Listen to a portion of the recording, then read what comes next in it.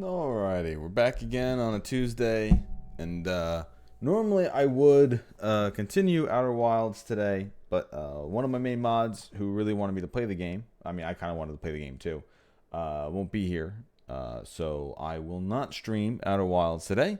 We'll pick it up when Fire is Good is back tomorrow. This is something I was even going to do last week, but then he was able to show up for it. So what we'll be doing this time is I'll be finally continuing technically the Final Fantasy marathon. So the second half of the Final Fantasy remake came out over a year ago, and I literally restreamed the entire first game. Like, I actually streamed it because the first time I only streamed like the last few, and I never saved the streams on YouTube. This time I restreamed the whole thing, and then the new game came out, and I just didn't play it, and it's been over a year now.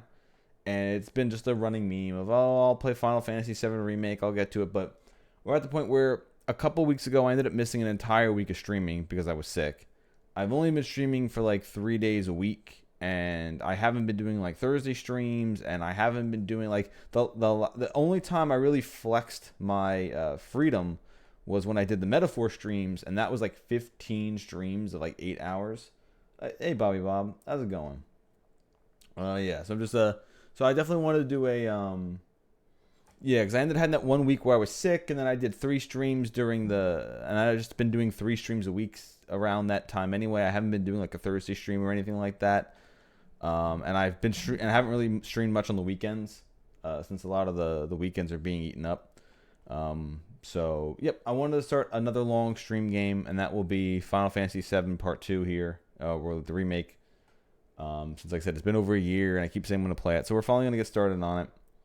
And yeah, so it's good to get into it. So I'll be streaming some more of these things during the day, so it'll be fine. All right, let's get this up, and it'll be good to see everyone again, because it's still a solid game. I know other of my friends have played it too, and it's just haven't played it for whatever reason.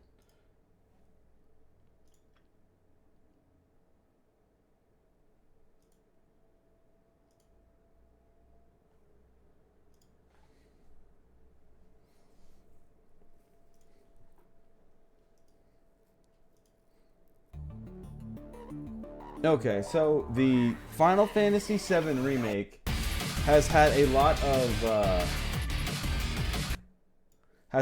of different changes. Like, in the first part, they messed with the story a bit, so it just really wasn't. So people weren't expecting it to be the same thing that they always were looking for, because they were changing the story because they wanted to make it multiple games because they wanted to increase the length. And they also wanted to do things. So the story will be a bit different. In fact, it's actually not it's weird because people were first saying that the first game wasn't exactly doing the same thing as the source material, and then in this part of the remake, they in fact completely didn't make it a RPG anymore. They changed the entire game to be a visual novel. It's like a murder mystery visual novel. So, like, the whole one-winged angel rebirth plot, they actually use that in a very interesting way. So, I think it's going to be fun to give this finally a start after all this time.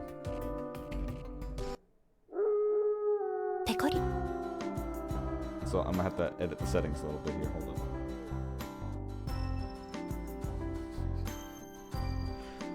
Well, I mean, they added in a whole lot of different ways of playing Final Fantasy VII, so they kind of removed the difficulty. So you don't really do the fights anymore. You just kind of fight through it. What I want to do is I want to be able to... we want to keep the text going kind of fast here. The auto text, we're not going to do it. We're not going to do any of the skipping of that right now. The sound, we're going to keep some of the volumes a bit lower here. Once it actually moves.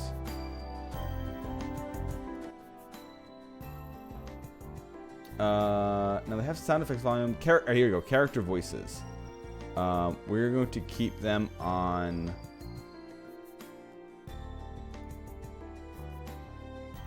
Can I kind of want to just put them low, just so they're there to be here. So as you can see, Cloud's design is much different than it has been in previous games. In fact, at least Tifa's design looks a lot the same. They completely changed Barrett, and I don't really like this. First of all, I don't think it's okay to be race swapping characters like that, especially when you're removing like their entire weaponry. And like, I mean, come on, man. Like they also keep. I mean, I know that Sephiroth was effeminate in the other ones, but man, they really changed him.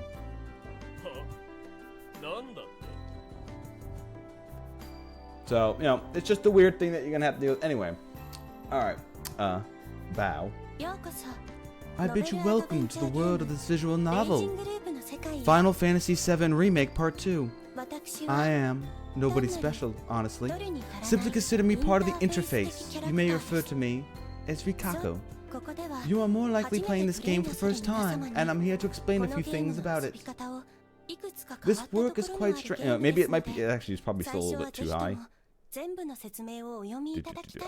want to put it like low. I want the volume to be there, but I want it to be like low.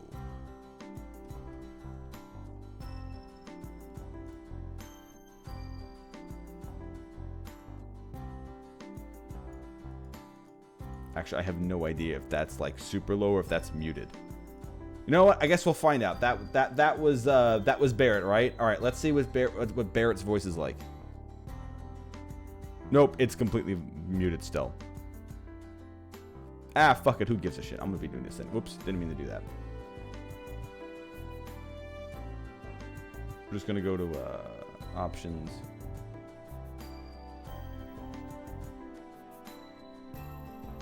Just gonna mute them all. Then yell everybody, right? Yeah. Okay. What do you mean? I mean, like, once again, like I said, Sir Bobby Bob, changing Barrett's design, just completely not acceptable. Although, you know, it is pretty cute. Those uploading their gameplay should at least read the for videos and sharing section. Oh. Well, I mean, who's gonna do that? If you read until the end, you'll find a sexy CG of me doesn't exist. We truly do live in a society, a harsh society. How sad. Now, where should I begin? About this game, videos and sharing. Final Fantasy VII Remake Part 2 is a visual novel, meaning that the story, events, and conclusions are very important. Because of this, it would be very troubling if someone uploaded everything to the internet. I'd be sad, very sad. Then again, we do understand those who want to enjoy their work with many other people. Because of this, we have to set a guideline for how we would like you to upload. This range covers the whole first main route and a little extra. Specifically, you can only upload the choice at 4 infiltration Q entering the village. That's a lot. What do you mean, raging loop? Sir Bobby Bob, come on. You come into my stream and you just start spouting nonsense. We're playing Final Fantasy Remake Part 7 here, alright? I mean, come on. I mean, don't you like Barrett? I actually think it's a bit too much. Uploaders who read everything aloud might get a sore throat. Please don't overdo yourselves, alright? Fuck you. Also, if you intend to upload, please use the reminder function. If you... Okay, whatever the hell that said. When you reach the time to stop making a video, a strange sheep pops into the screen and says, "End of the line." We would be grateful if you stop recording when you see him and try theorizing and arguing instead. Okay. This function is currently set to off. Sure. Very well. I've set it to on. If you wish to change it, please go to O, introduction, and come here again.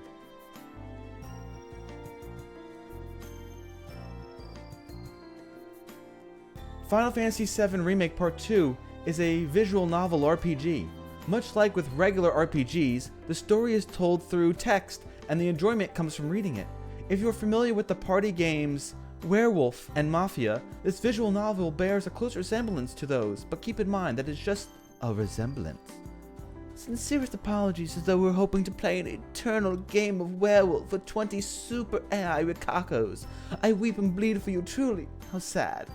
Of course, this is not merely a novel. As you carry on, you will sometimes come upon choices which affect the story. It's quite amazing. The characters have lively visual depictions, as well as voices, making it easy to immerse yourself in this world. Voices provided not by the game, but by our unpaid intern Iconport. To enjoy these voices to the fullest extent, or to simply avoid bothering your neighbors with the sound of anguished screams, please consider using headphones. The story is obscenely lengthy as well, so please take care not to be drawn in so thoroughly that you begin losing sleep. Also, you may be aware of this already, but Raging Loop is based entirely around fabricated murders and horrific scenarios in the Final Fantasy setting. It's tailor-made to give a environmental lesson about Mako and Souls for all of your fans of suspense, thrillers, horror, and eco-fascism. Of course, this is a work of reality and has nothing to do with real people, groups, or incidents. It also includes fictional details about academic matters such as history, religion, mythology, science, and medicine. Relying upon it during exams would get you 0 points. How sad. I gotta love action commands. See, that's why you have the active battle system. It's so good. Lastly, we do not endorse replicating the crimes and cruelty depicted in this work. There is nothing to worry about as long as you differentiate between reality and fiction. This is, after all, fiction. I'm sure you're intelligent enough to not complicate things and have... Okay, yeah, I get you. What do you mean, Sir Bobby Bob? We're explaining how you play Final Fantasy VII Remake Part 2. Look, like I said, it's a remake. I'm sorry, they've done a lot of reimagining. It really sucks, I know, but I did enjoy the first one, so I want to give it the benefit of the doubt.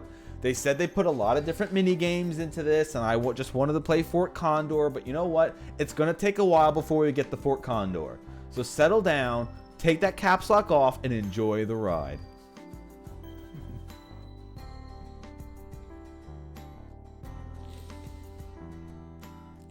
About special functions.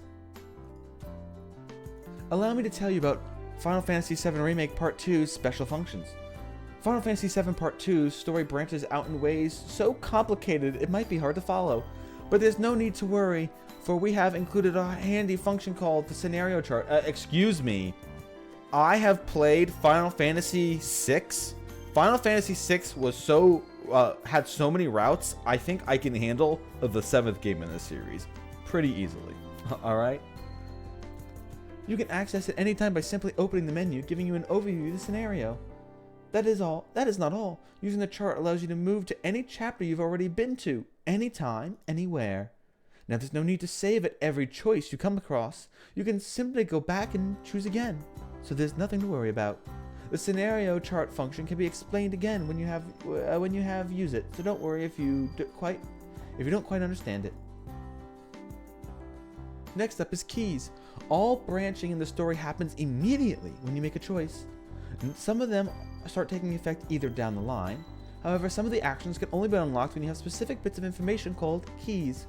Many might say that searching for these keys is one of the major goals in this game. Don't worry if you don't understand how to search for them. It will be explained when you have one. Alright. This also means that you can't load back to a state when you didn't have the key.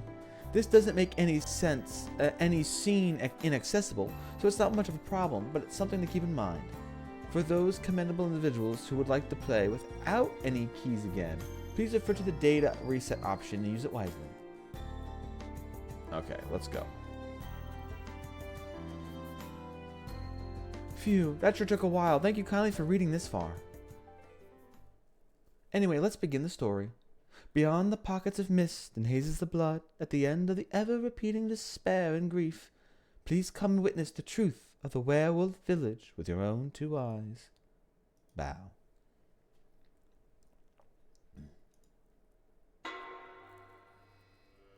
(5:11) Oh my god, that day will forever live in infamy.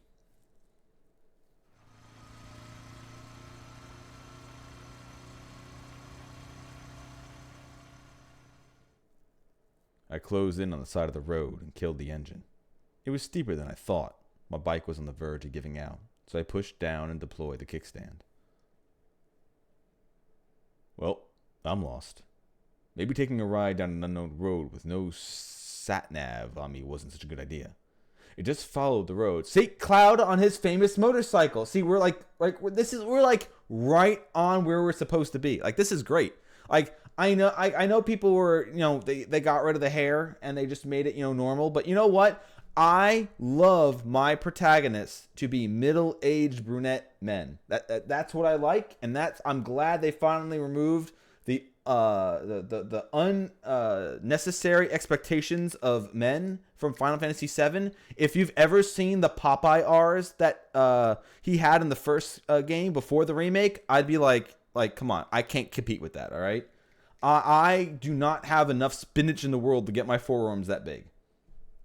Anyway, I just followed the road, so I figured I wouldn't get lost, but now I was in some deep shit. No, cool it. This isn't a big deal. I sighed, took note of the fact that I'd gotten lost in my pocket journal, and then pulled out a map. You wrote in a pocket journal that you got, Dear Diary, I'm lost. Well, this is definitely one of my streams then. Maybe that's me. Suddenly, a rush of memories flitted into my mind. Forget it? Okay, so I'm eventually going to need a key to come back to this opening scene to remember something. Okay. See, Bob, that's why you shouldn't keep a diary, because if anyone found your diary, damn, they'd be disappointed. I somehow kept myself from remembering those things. After all, I had gone on this trip to forget. Ugh. Enough of that. I gotta focus on what's happening right now. Life is simple. See? Cloud strife. Life is simple. Just like the road, it's dark and there aren't any guides. But that means you gotta think about is whether you go forward or back. Going back wasn't an option in this case, so I just moved forward. Still, I wanted to know where I was at least, so I looked down at my map. It was all Greek to me. Last time I'd seen a sign, it was still light out, meaning that I'd gotten lost after the sun had set. Sure, it was my own fault for guessing which intersections had been passing through, and that it had taken me 2 hours to conclude I was lost. Crazy to think that just 2 hours of aimless driving got me almost completely surrounded by mountains. They extend as far as the eye could see. If you flipped the scenery upside down and shook it, like a chessboard, it's unlikely even a shred of civilization would tumble out. Besides, the asphalt below, my sweet ride, and that lamppost above, the first one in a while, mind you, there was nothing man-made here. The pocket map I had wasn't detailed enough for me to figure out where I was. Guess I'll just keep driving. And go as far as I could. Worst comes to worst, I could camp at the side of the road.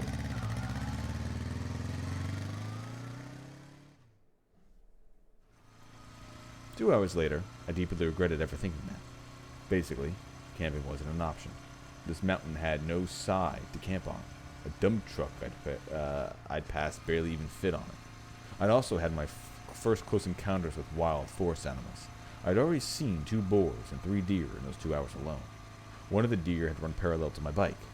And then we killed the deer, and we got 50 experience for it, while intensely staring at me, and I had no idea what to think of that.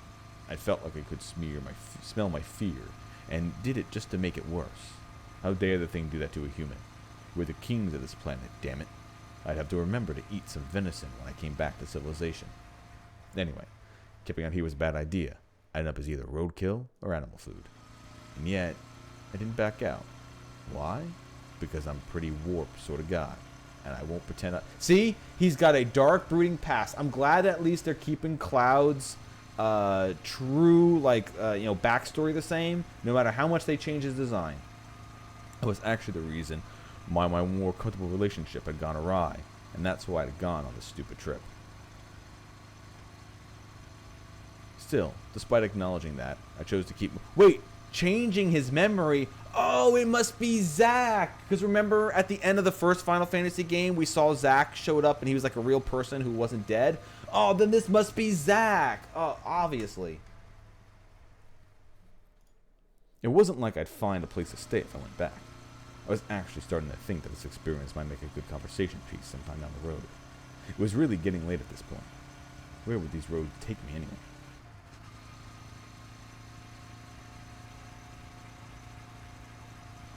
It's like this damn animal ran at me and looked at me. Motherfucker, I bitched out in a second, but the moment I get back to civilization, I'm gonna have me some pork and venison, alright? I'd probably be disappearing soon enough. The road became flat. I was out of the mountain pass. The forest remained abundant, though, so I still didn't see much. Even so, the street lights and signs were enough to make me feel I was again nearing civilization. Was streetlights the right expression for lights in a forest? I'd have to look that up. No, that's called aliens. That's the Flatwoods monster. You kind of want to stay away from that one. As the road grew less rugged, I realized just how exhausted I was. All this bike handling had left my hands really sore too. I really had to rest. Suddenly, I saw something unexpected. Powerful, colorful, artificial lights. A convenience store? Yeah, that's exactly what it was. It was next to the intersection between the road I was on and another, even thinner road that could possibly support only a single car. The sea of trees ended giving room for the majestic child of our consumerist society. See, once again, they're already, like, he's talking shit about Shinra Corp already. Perfect. Yeah, that was an exaggeration. Apparently, even a damn store was a big deal for someone who just stepped out of the wild. It was called Fresh Marquet.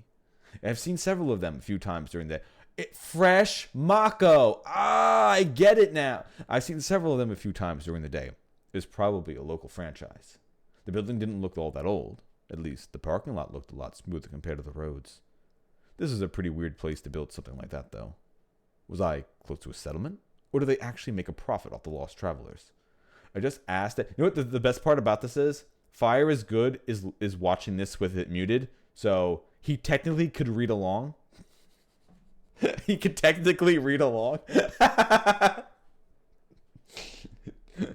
A local shopkeeper was bound to know what was around these parts. Not to mention I was thirsty. I was welcomed by a weird chime sound. It sounded like a normal convenience store. There were goods on the shelves, a counter on the left, and... Whoa!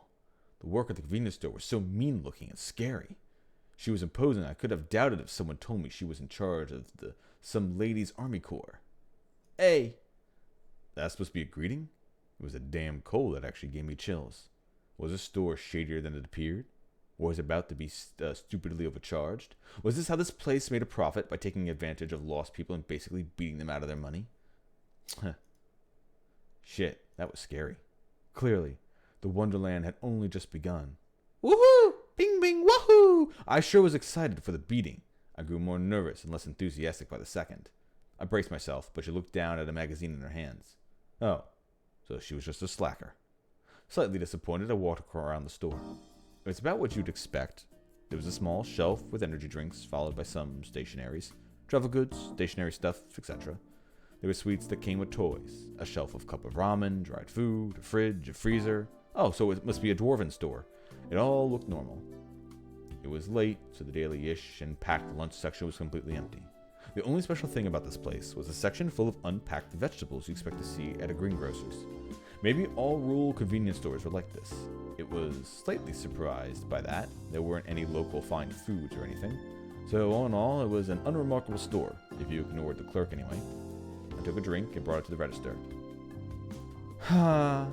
Yep, she really was the highlight of this place. What kind of clerk smokes while dealing with a customer? This is obviously Johnny.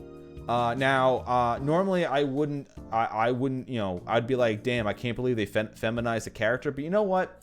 After watching the first part of the remake, Johnny deserved, all right? You know, actually buying.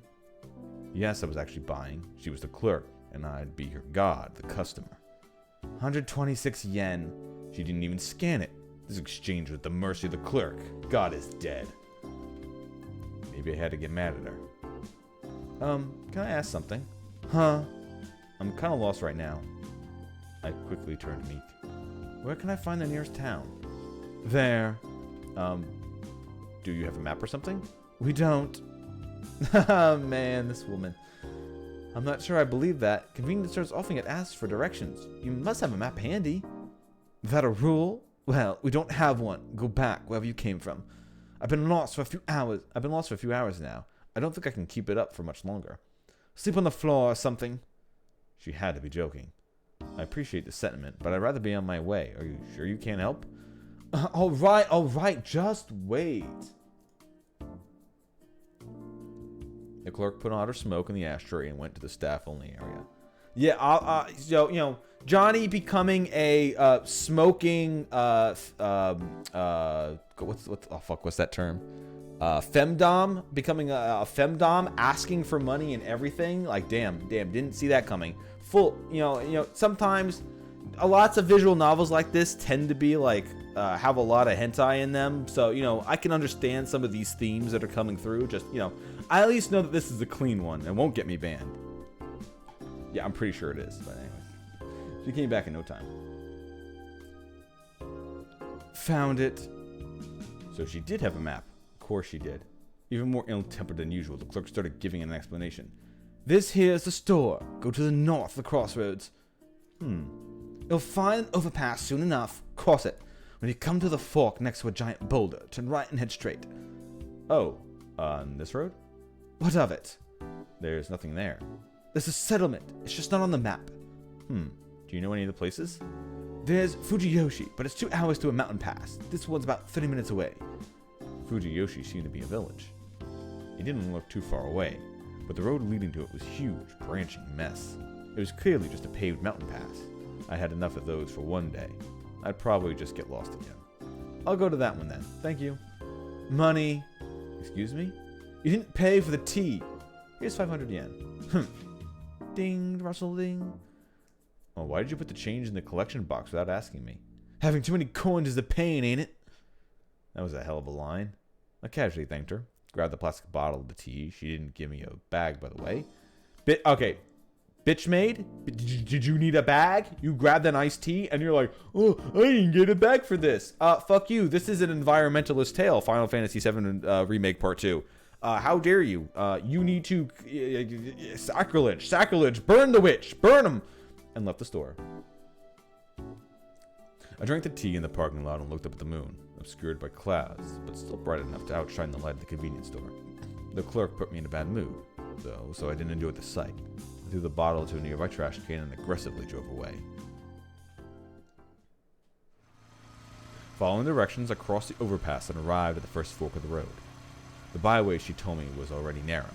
I probably wouldn't have noticed it were it not for the tall boulder standing there like a roadside shrine for some traveler deity. Turning carefully, I got on the road. A minute later, I found myself in an even worse wilderness than before. A veil of dead leaves covered the ground. Tall grass sided the path, and the sky above was blocked by overgrown shrubs, making it feel like I was passing a wooden tunnel. The road itself was a huge red flag. It was a wonder why I didn't just turn around. The exchange from before might have pissed me off more than I thought. Yeah, like I said, or maybe this is even Zach. I know Zach was like a pretty chill guy, but who knows? Maybe he was just a litter bug at heart. Still, I really didn't expect the road to just end. It happened about 15 minutes in. The view ahead suddenly turned strangely dark, and a split second later, the bike tipped forward. I reflexively hit the brakes, but it was too late. I started going down a cliff. My bike tilted downwards, and the suspension was put into the greatest test yet, as we basically tumbled down to the bottom. Well, luckily he has soldier reflexes, so he should be able to handle a tumble like this. In fact, I believe he even survives... Was it the other way? Was it that he gets stabbed in the chest? And you know what? That's spoilers for later on in this game, so I'm not going to say that. The headlights suddenly shone on some dirt and grass. I knew what I had been flung out of my seat. You can take this for at least another 2.5 hours, Sir Bobby Bob. That's my normal stream length. Get onto it. Stifling a scream, I tried to work some steering. Well, see, that's the thing. You don't need to remember Final Fantasy VII, because I'm playing Final Fantasy VII right now. So all you have to do is watch, and there you go. Stifling a scream, I tried to work some steering and brake magic to slow down. See? He even has brake magic. He's using his materia to slow down without collapsing. But that was too big of a task for a simple road bike. At the bottom of the cliff, it jumped higher than ever before. The suspension couldn't handle the impact, and I was launched into the air.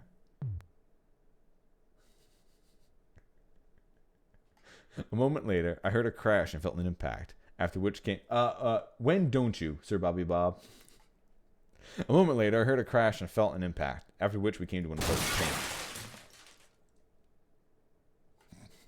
change. Got him. Got him. Got him. You now have to gift us up. You do not have to do that. Damn it. An accident where I was flung out like I was the first for me. The launch was really something too. I did a 360 in the air and fell on my back. My breathing stopped for a moment and the pain was so bad I thought all my bones shattered. My face and limbs seemed pretty fine, at least, though I wasn't sure that counted as a silver lining. There was grass under my hands. I felt it even through the gloves, and that the smell of green made it pretty clear what I landed on. I pushed down, with my hands sunk. The grass growth was pretty hefty. It was probably the reason why I came out relative. Okay, if this was a hentai light novel, visual novel, he would literally be on top of a girl, being like, "What are these boobs?"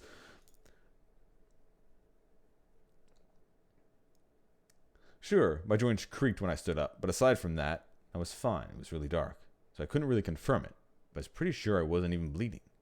My bike, however, wasn't nearly as lucky. Oh boy. It was lying on its side a short distance ahead.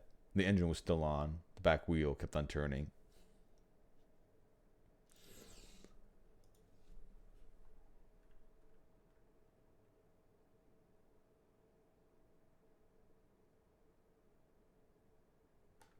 One second.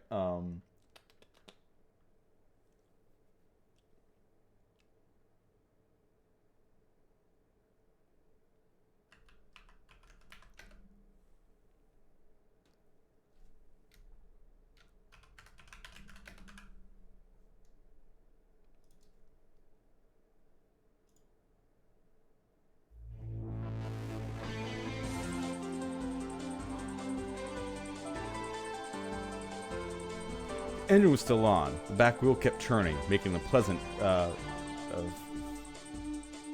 fricative noise. What? Okay, I need to. What is that word? Fricative noise.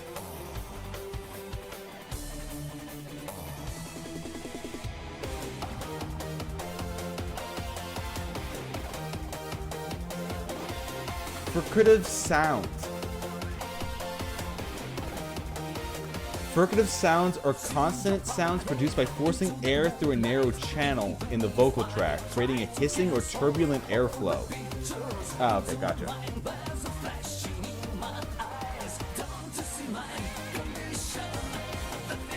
Yep, it was busted. I walked up, killed the engine, and took the key. With the headlights off, I was surrounded by absolute darkness. It's not just darkness, it's absolute darkness. So I just stood and waited for my eyes to be adjusted.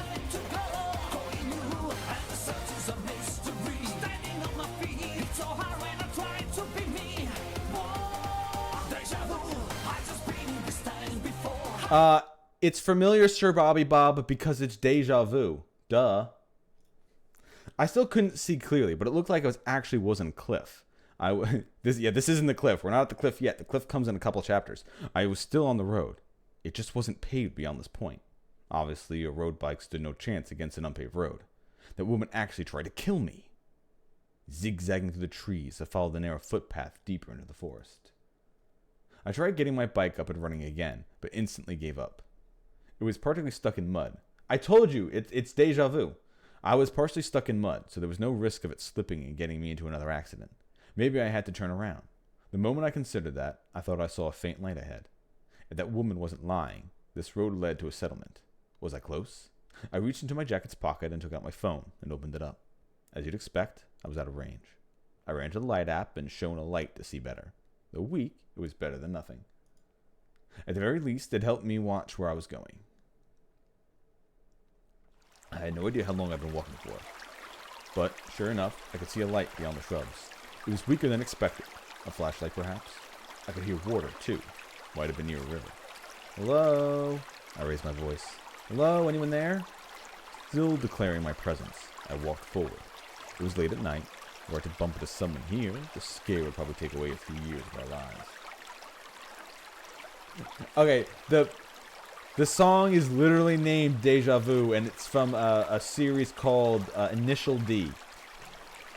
He was talking about his motorcycle, so I wanted to put something Initial D on, and you saying it sounded familiar, like you walked into that perfectly. So it was mwah. You are literally the best bit. Yeah, the court jester needs to stay in chat.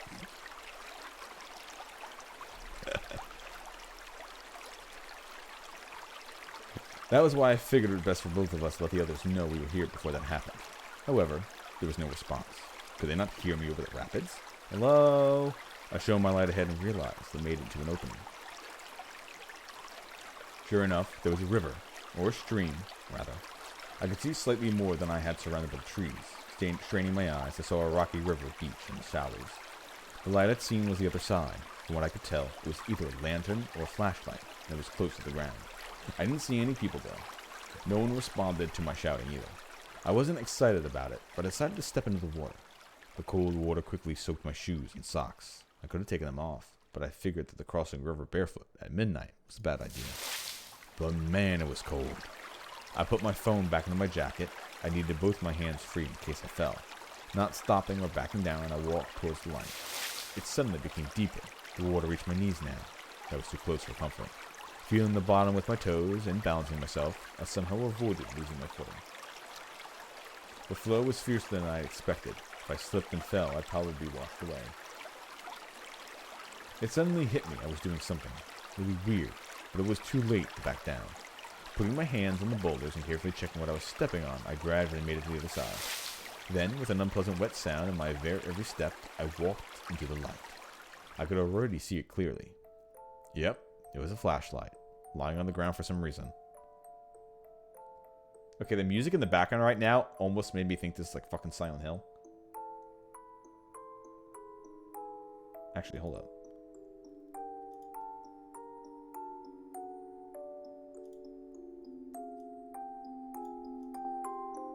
Is that too loud? I want it to be at least hearable. I can always change it if I need to turn it up a little bit to hear. Yeah, when it was in the middle, it was probably too loud. Yeah, okay. Yep, it was a flashlight lying on the ground for some reason. There wasn't much space here. It was a narrow riverbank with a cliff right beside it. As you'd expect, I didn't see or sense anyone nearby. What the hell? The flashlight was working fine. The strength of the light told me the battery was pretty full. Like, this is literally the beginning of a fucking survival horror game. Pro Tag gets lost out in a rural woods area somewhere and finds a flashlight. That meant that someone was actually using this tonight. Or rather, until just a few moments ago. That was the most logical conclusion. It obviously wasn't left here yesterday, afternoon or evening. And yet, the user was nowhere in sight. And I was near a river. Did something bad happen? Did the flashlight's owner step into the stream and get swept away? That was the most likely and worst possible scenario. However, the flashlight was left there, practically buried in the pebbles. It didn't seem like someone placed it there to light things up. It was the dead of night. There was no way you wouldn't notice dropping your flashlight when it was so dark. Right. The fact that the light source was left in a place like this was strange by itself. With that considered, what was going on here? What if someone heard my stupid shouting and decided to lure me in with a light so they could ambush me? Where would they attack from?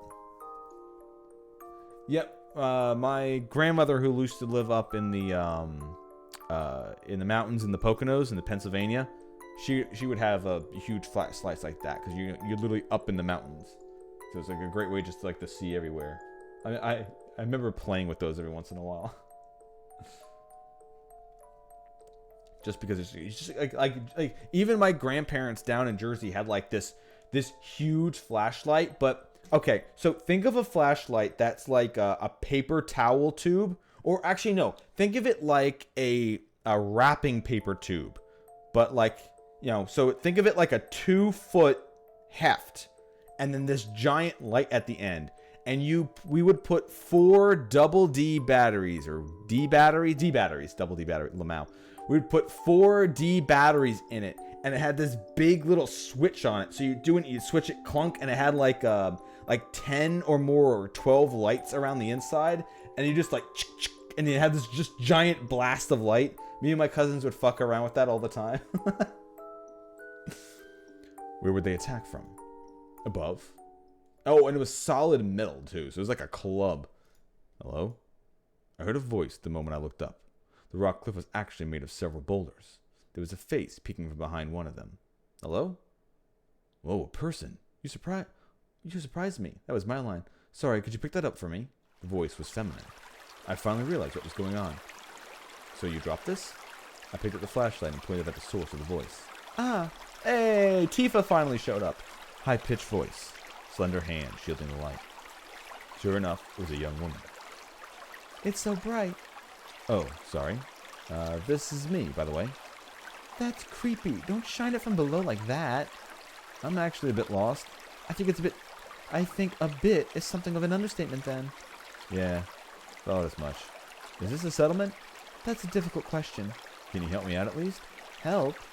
I just need a place to hide from the rain and wild animals, that's all. Standing on a boulder, the young woman made a pensive face. Want to come to my place? And that was the conclusion she'd arrived at. Her face told me she was 100% serious. Place. My place. By that, she surely meant a house. A settlement. Can I? I know I asked for help and all that, but I'm actually desperate enough not to hold myself back. Huh? As a man? Yes, as a living being. I spent the last few hours aimlessly driving around only to fall off my bike. I'm dead tired and I'm at my wit's end here. Oh dear. And what kind of living being would I be if I just abandoned you? And so, I was saved. On the beauty of a living beings looking out for each other. Anyway, your hand please. Huh? You can't climb on your own, yeah? True. Honestly, I didn't even realize I'd have to. Meeting another person filled me with relief, which was followed by a sudden wave of fatigue. I was crippling now. She extended her left hand, so I grabbed it with my own left. Her slender fingers were stronger than expected. Okay, honestly, you haven't asked her name. She's probably gonna... Okay, the girl's name was Tifa Lockhart. I asked if she was related to the Shinsengumi guy, but she said that her family just adopted that name at some point in the Meiji period. She was a 21-year-old who went to college far from here. This was her hometown, so she was spending her post-exams vacation here. We chatted about stuff like that once she led me out of the rocky ravine. There was actually a proper path, so the rock climbing was pretty pointless, but I was too focused on my footing to comment. She told me about herself as soon as we reached solid ground.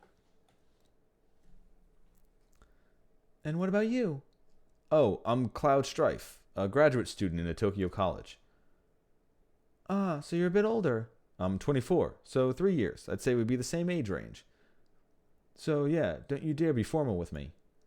Alright, then you can be as casual with me too. Can I really? I like it when girls are friendly with me.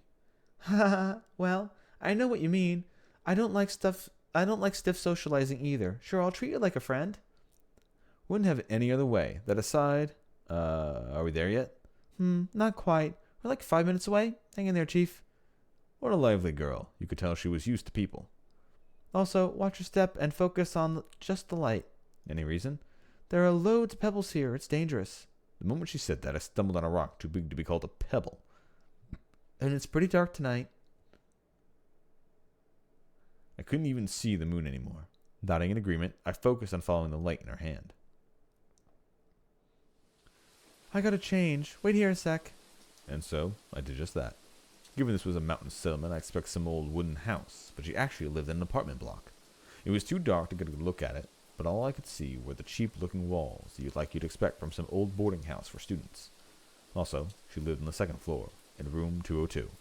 I heard some raindrops were climbing the rusty stairs, but now it was really pouring. Between that, the darkness at the large tree right next to the building, it was nearly impossible to see what was going on outside. It felt like I was all alone in the world with nothing but the walls, the door, and the fluorescent lamp above my head. It made me feel somewhat helpless. I distracted myself with that by imagining her changing. Eventually, the door opened up. Sorry about the wait. Come in. All smiles. She showed herself now wearing sports clothes. This was kind of exciting. Look at this place. It's completely empty, huh? Yep. But get a load of what's in the fridge. Magnificent. Let's drink. Hell yeah. Yeah, her place really was empty. It was just a small room with a low table in the middle, a fridge near the... let me find out right now for you, Sir Ralby Bob. Final Fantasy VII Rebirth. Rated T for teen. Nope, it's rated T for teen. There's just mentions of alcohol. We're perfectly fine. It was a small room with a low table in the middle, a fridge near the door, and a large duffel bag deeper in. There were 2 old-looking bookshelves, too, but they were completely empty. I wasn't bothered one bit, though. Any girl's room was a wonderland to me. Anyway, you went through some big trouble, so I'll drink to you.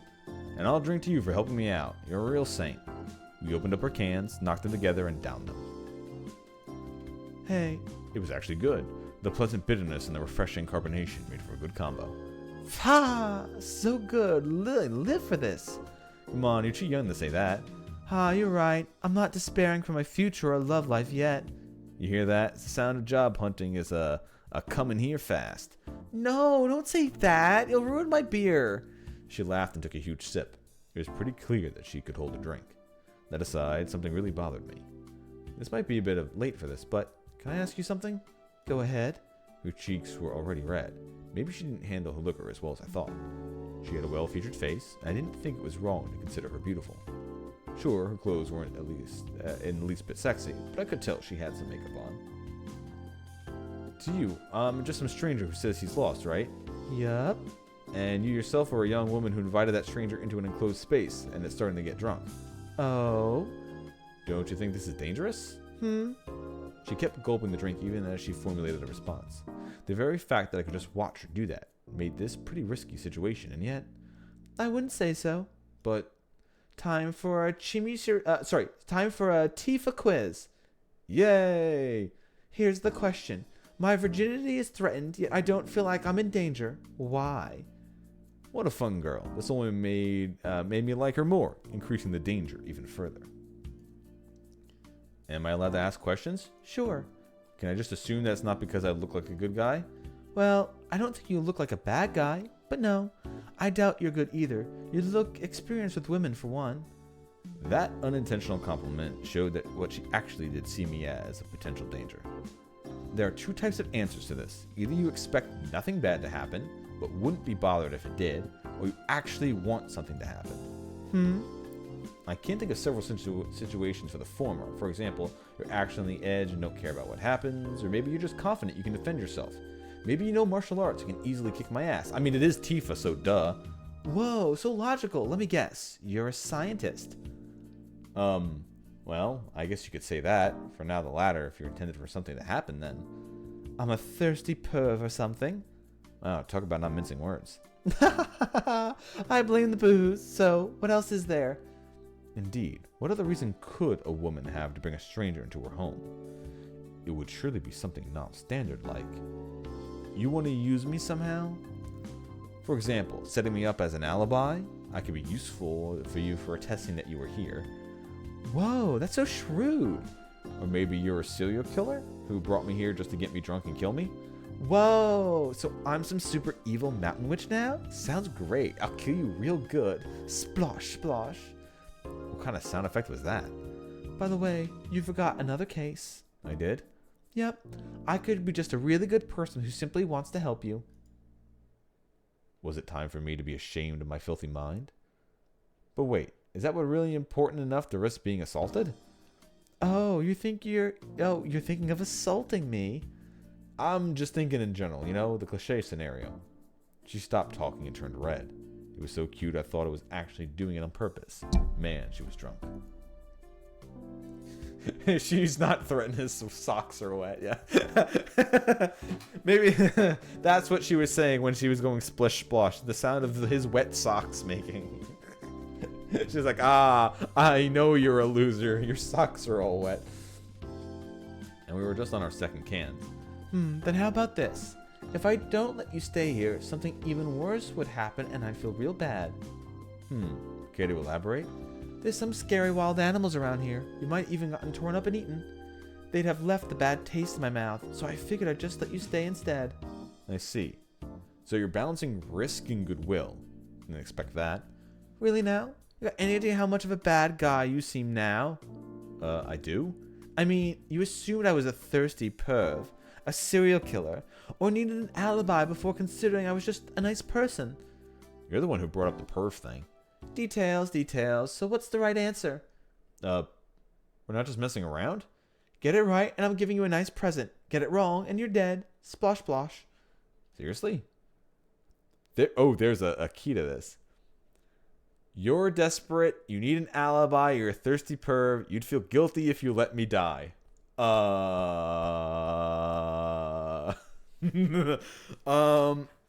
apparently there is a right answer. So, but apparently it says key 20, so maybe that's going to be late. You need an alibi. Ding, ding, ding. You're right. I knew it. Seriously, what did you think I was doing here so late? Weren't you suspicious? Good point. Assuming I was up to something really bad, your testimony would help hide it. How convenient. Whoa.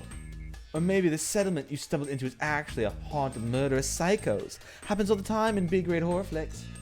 And by saying you'd kill me if I got the answer wrong, you just spoiled the whole plot. It was you all along. Oh no, I'm such an airhead. How embarrassing. Now I gotta kill you to make sure no one finds out. Winners get death too? Huh? Want me as a prize instead?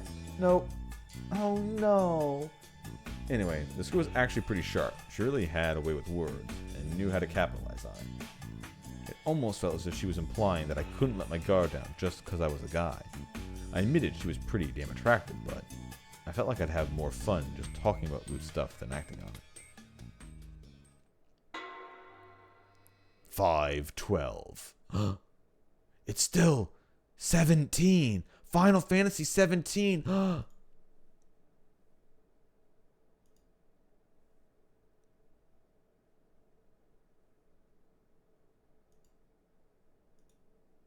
last thing I remembered was our little, when was the last time you pissed yourself while sleeping talk. I had to tell her about the time I got so drunk I wet my pants in the middle of a boarding house. She'd laughed so hard she started frothing at the mouth and passed out. I woke up with a splitting headache. Oh man. Morning already? Light poured into the frosted window. I pulled up my phone and checked the time. 7 in the morning. I'd gone to sleep somewhere between 2 and 3, which probably wasn't quite enough sleep. At least I didn't wake up to see some horror movie scene. The building wasn't in ruins and the girl wasn't actually a skeleton. Though, in a way, this might have been worse. She was spread out on the floor like the other side of the mini table. Her breathing was mixed with some weird gurgling sounds. I hesitantly looked at her. The saint that had saved me from the hell I was in last night had puked in the middle of her sleep. That was what I was supposed to do. What was I supposed to do here? As a guest, I couldn't really be too harsh on her. Kemi-chan. Tifa-chan. Phew. She wasn't waking up. Well, I just do a little I could. Well, that answers your drunk question, Sir Bobby Bob. The answer was yes. There, that should be good enough. I used tons of toilet paper to clean up her mess and flush it down the toilet. I left the stain on the floor, but it was dirty to begin with, so whatever. I'd even wet a towel and cleaned her face. Even then, she showed no signs of waking up. Some of it was on her hair and clothes, but I figured it was best if she took care of that herself. Tifa-chan. Morning. The first hint of consciousness so far today. I'll be leaving for a bit. Without waiting for a response, I walked to the entrance. She'd have to take a shower and change and all that, so I'd kill time outside. I stepped into my still damp shoes with my bare feet. My socks were in the washing machine with the towel she gave me to wipe my legs, and reached for the doorknob. I opened the door and was greeted by a gust of wind. The raindrops gathered on the leaves and the trees next to the building flew right in my face, making me grimace. The rain from last night was already over. The sky was pretty clear, but despite that, I noticed the visibility of my surroundings was poor. The building was surrounded by leaves. The old structure was basically buried in a forest of leaves about as tall as itself. There were branches poking out the exposed hallway.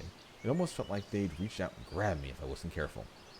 I kind of felt like I was in an overgrown ruin. I turned around and saw that the room and Kemi, just as I left them. Yep, it was all real. I closed the door. There were other rooms in this building, which made me wonder if they were occupied. Hell, I wondered the same thing about the area in general. I pushed the branches aside to see if there were other buildings nearby. Suddenly, something entered my vision. Hey, Barrett finally shows up. It didn't feel right. Something that shouldn't have been there. The leaves I moved revealed a woman clad in curious clothing. The moment I recognized her as such, I opened her closed eyes. Did our eyes meet? Ah, she has Mako poisoning. That's what's causing it to be red. Although I guess technically that would be...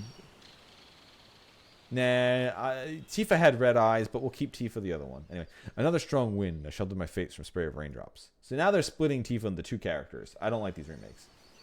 The socks are a major plot point. You're just going to keep going back to him mentioning, where are my socks right now? Where are my socks right now? My socks are now sitting dry on my... When I looked outside again, the woman was nowhere in sight. Was that an illusion? If not, then what? What kind of place was this? I could have been a real Hicksville. A marginal village, a bunch of actual ruins, or an illegal settlement. I had some theories, but I set them aside for now. It seemed like a place worth exploring, regardless. Well, oh, that's why the song is called One Socked Angel. I never understood it before. I always thought it was talking about his one wing. It's talking about his socks. Obviously. I went down the stairs and found no sign of the woman, or anyone else for that matter. A short distance away from the building, I turned around, and sure enough, it was pretty much covered in trees. I went to the place where I saw the woman. There were footprints in the grass there. Maybe I'd find her if I followed them. They led me to an open area. It was unused, but it looked like someone was trying to do something with it. Was this supposed to be a construction site? Even if it was clearly abandoned. There were large rocks and lots of sediment near a prefab. But from what I could tell, there had been a giant landslide which forced them to stop construction. The fact that the plant growth was still minimal meant that it happened fairly recently.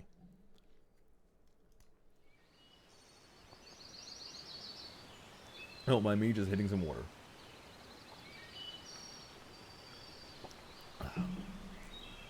The footprints seemed to be going down the hill next to the site.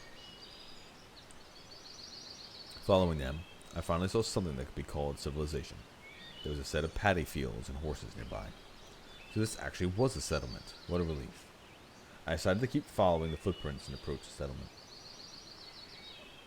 I came across another unpaved path that was clearly used by people and cars. It was lined with weeds and bushes reaching up to my waist.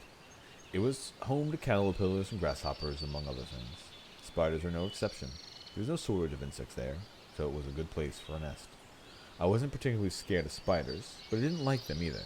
At least they were just harmless orb weavers. Regardless, I avoided these bushes, just in case, and followed the path like the good city boy I was. There was a large boulder surrounded by grass. It was strangely tall, making it look like it was put there by people. On its dewy surface, there was a gray tree frog, ready to go after the many insects scattered about. I walked for a bit further and came across a house with a small field nearby. The field's location made it safe to assume it belonged to the inhabitants. If there were inhabitants anyway. I couldn't see anyone, and just like always, there was grass everywhere. There was another boulder standing next to the house. This one was obviously placed there by human hand. Was that the point? Was it a monument to something? The footprints continued in the field. The wet mud on the field was full of small, young, but healthy-looking rice plants. If you ignored the standing boulders in the area, the place looked like a normal farming village. I was both relieved and worried at the same time. From what I saw, there weren't many other buildings besides this one in the settlement. Everything beyond was just mountains, meaning that this place was completely isolated, and I was a complete outsider. There was no way things would go well if I ran to a random locale. I belatedly crouched to hide myself a bit. It was probably best for me to go back. Kemi might be looking for me. Suddenly, I heard a sound. It looked for its source and found a speaker on a wooden utility pole in the middle of a small plaza. A morning broadcast?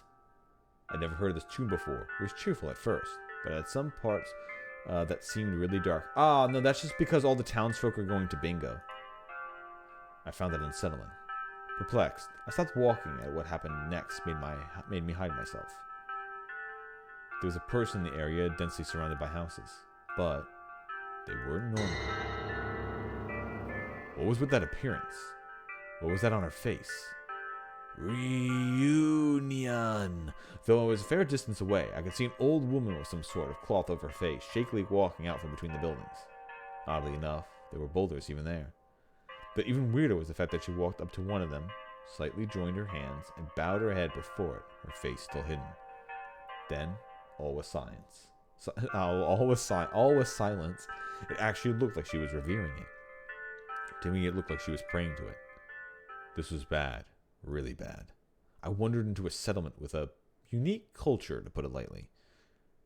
Forget causing trouble. An outsider like me could get killed here. I just turned around and ran for it. I dashed up the hill, past the house, through the construction site, until I arrived back at the apartment building. Kemi looked like a relatively reasonable person. Maybe she could tell me what was up. It just hit me that the way she was described this place was somewhat weird. She basically said it wasn't normal. Or maybe you're a serial killer who brought me here just to get me drunk and kill me. Whoa, so I'm some evil mountain witch now? Sounds great. I'll kill you real good, splosh splosh. No way. What if she was actually the bait they used to lure outsiders here? Eventually, the broadcast stopped. Kimmy still hadn't come out of her room. She didn't respond even when I knocked and called out to her. I didn't have to worry about this, right? That just made my inexplicable unease grow worse. What if this was a trap? What if I was in a dangerous situation? I had to talk to her. If she was a normal person, anyway. Maybe my best option was to run away right now. I wouldn't know where to run. I couldn't remember the path we had taken here. I was pretty sure it went uphill, so maybe I just had to go down? If I avoided the settlement and went back to the mountain stream, I could escape by following the wild roads. That was my best option, even if the difficulties considered. Thankfully, I had taken my bag with me. I took out a 5,000 yen note and put it on Kemi's newspaper box. That was payment for last night's beer. The moment I turned around to take my leave, the door to the room next to the staircase opened slightly with a creak. I saw an eye glaring at me through the gap. God! Her high-pitched screams pierced my eardrums. I screamed too, scared shitless, and ran for it. Suddenly, I stepped onto the wet hallway floor in a bad angle. I fell. Thud, thud, thud. Haru-chan, what's wrong? Whoa, who's this old guy? Ah, who are you? And are you alright? The reasonable-sounding voice prompted me to shake off the pain and raise my head. They were two boys in formal-looking school uniforms. Well, you alright? He repeated the question. Yeah, just startled. You're friends with Chiene? Chiene? Oh, you mean Tifa-chan? Oh, you were a friend of hers from college? She didn't tell us anyone was visiting. Oh, I just got into some trouble and she helped me out. There's nothing shady about me, though. I know that's hard. You're ruining it, bro. Come on, Cloud. Riz up. You riz up, alright? It really is, old man. Man, how do I handle this? Anyway, my name's, Cloud Strife. I'm Red 13. This is Red 12. I'm Red 13 and this is Red 12. Just Mochi is fine. Good to know. If I called him that, maybe he'd stop calling me old man. I was only 24. Yeah, this is Haru-chan. What are you doing? We don't know him. Apparently, this Haru-chan was the person who looked at me through the gap in the door and screamed. He seems safe. Come out. A moment later, she slammed the door shut after a few more moments of hesitation and opened it up again. Whoa. She looked like a student, too, except her fashion sense was unexpectedly flashy. Who are you? Name's Cloud Strife. I crashed my motorbike nearby, and Tifa helped me out. Wait, are you saying you spent the night in her room? Yeah, She cut my words short with an ear-piercing shriek. So that's why it was so noisy. What were you thinking? You're not supposed to enter an unmarried girl's room. It's indecent. Yeah, I was hesitant too, but Tifa was kind enough to let me in. Why? Acting like you've known her your whole life. Wait, she's not getting out. Don't tell me you... There's a 500 yen note in the door. Ear-shattering scream. Don't tell me you... No. She just gave me lots of booze. I'm paying her back for that. Tifa's body is worth way more than that. How dissolute. The hell were these kids saying? Hey, can you help me out? Hey, can you help me out? You drank with a girl you just met? She's not coming out. Crap, I had no allies here. What's going on? And so the subject of the conversation joined in. Oh, Tifa, can you tell me what happened last night? Something was off about her aura. What happened to the lively girl she'd been yesterday? Tifa, did you? Man, this is embarrassing. Whoa. Wait, hold on, stop. I can't be a bride anymore. Ear-piercing shriek. Man, what a mess. Though Tifa's face was all pale, she was actually grinning. She obviously had a bad hangover, but that didn't stop her from messing around. After calming everyone down, Tifa explained what actually happened. How we met in the middle of the night. How she let me stay out of goodwill. How we drank ourselves silly and how nothing happened between us.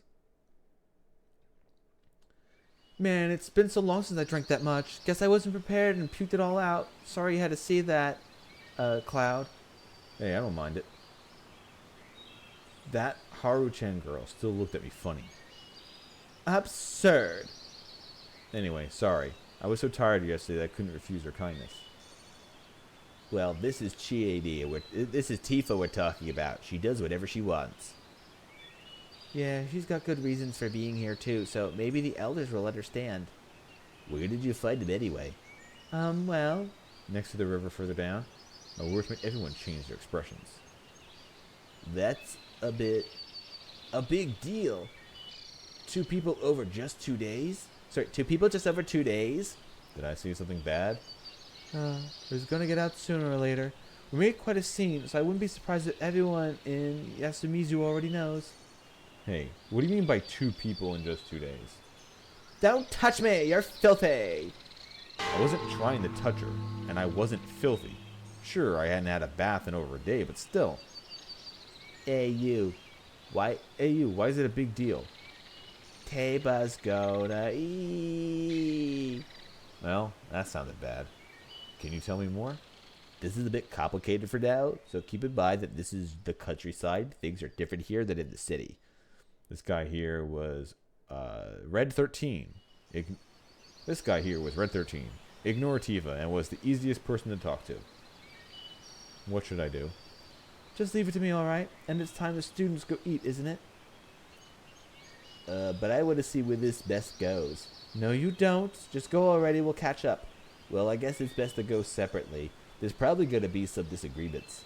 Yeah, I need you to understand, Yasu-kun. Take them for the rest of me, alright? Sure. Stop treating me like a child. Stop treating me like a child. Yeah, I swear I'll pop on you. Let's just get going, you two. And so the students walked off towards the stairs. It was kind of easy to tell what sort of relationship they had. Anyway. So they live in this building too? Yep, it's a student dorm, you know. A student dorm? In this Hicksville? Still, my senses have betrayed me. There actually were other people here. By the way, you didn't run into anyone else and get in trouble, right? Yeah, I was careful on that front. Good, let's get ready to go to the dining hall. Oh, for breakfast? No, eat your breakfast now. We'll all go to the dining hall and introduce you. Huh? To who? To whoever has a problem with an outsider coming from... To an outsider coming from... what the fuck did they call it? Asgard? No, what the fuck was it? What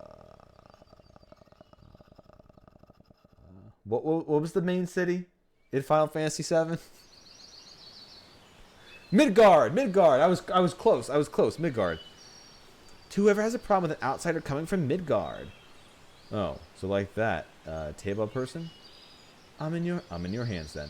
It's fine. If you're that grateful, keep that happened this morning a secret. Sure thing. That's... What's Saranaga anyway? That river? Yep, the river's called Saranaga Rapids, but the area around it is called Saranaga. The place has some cultural significance. It does? Yep. They say it's a corrupt place where the dead return from the other side. Oh. So that's why they reacted like that.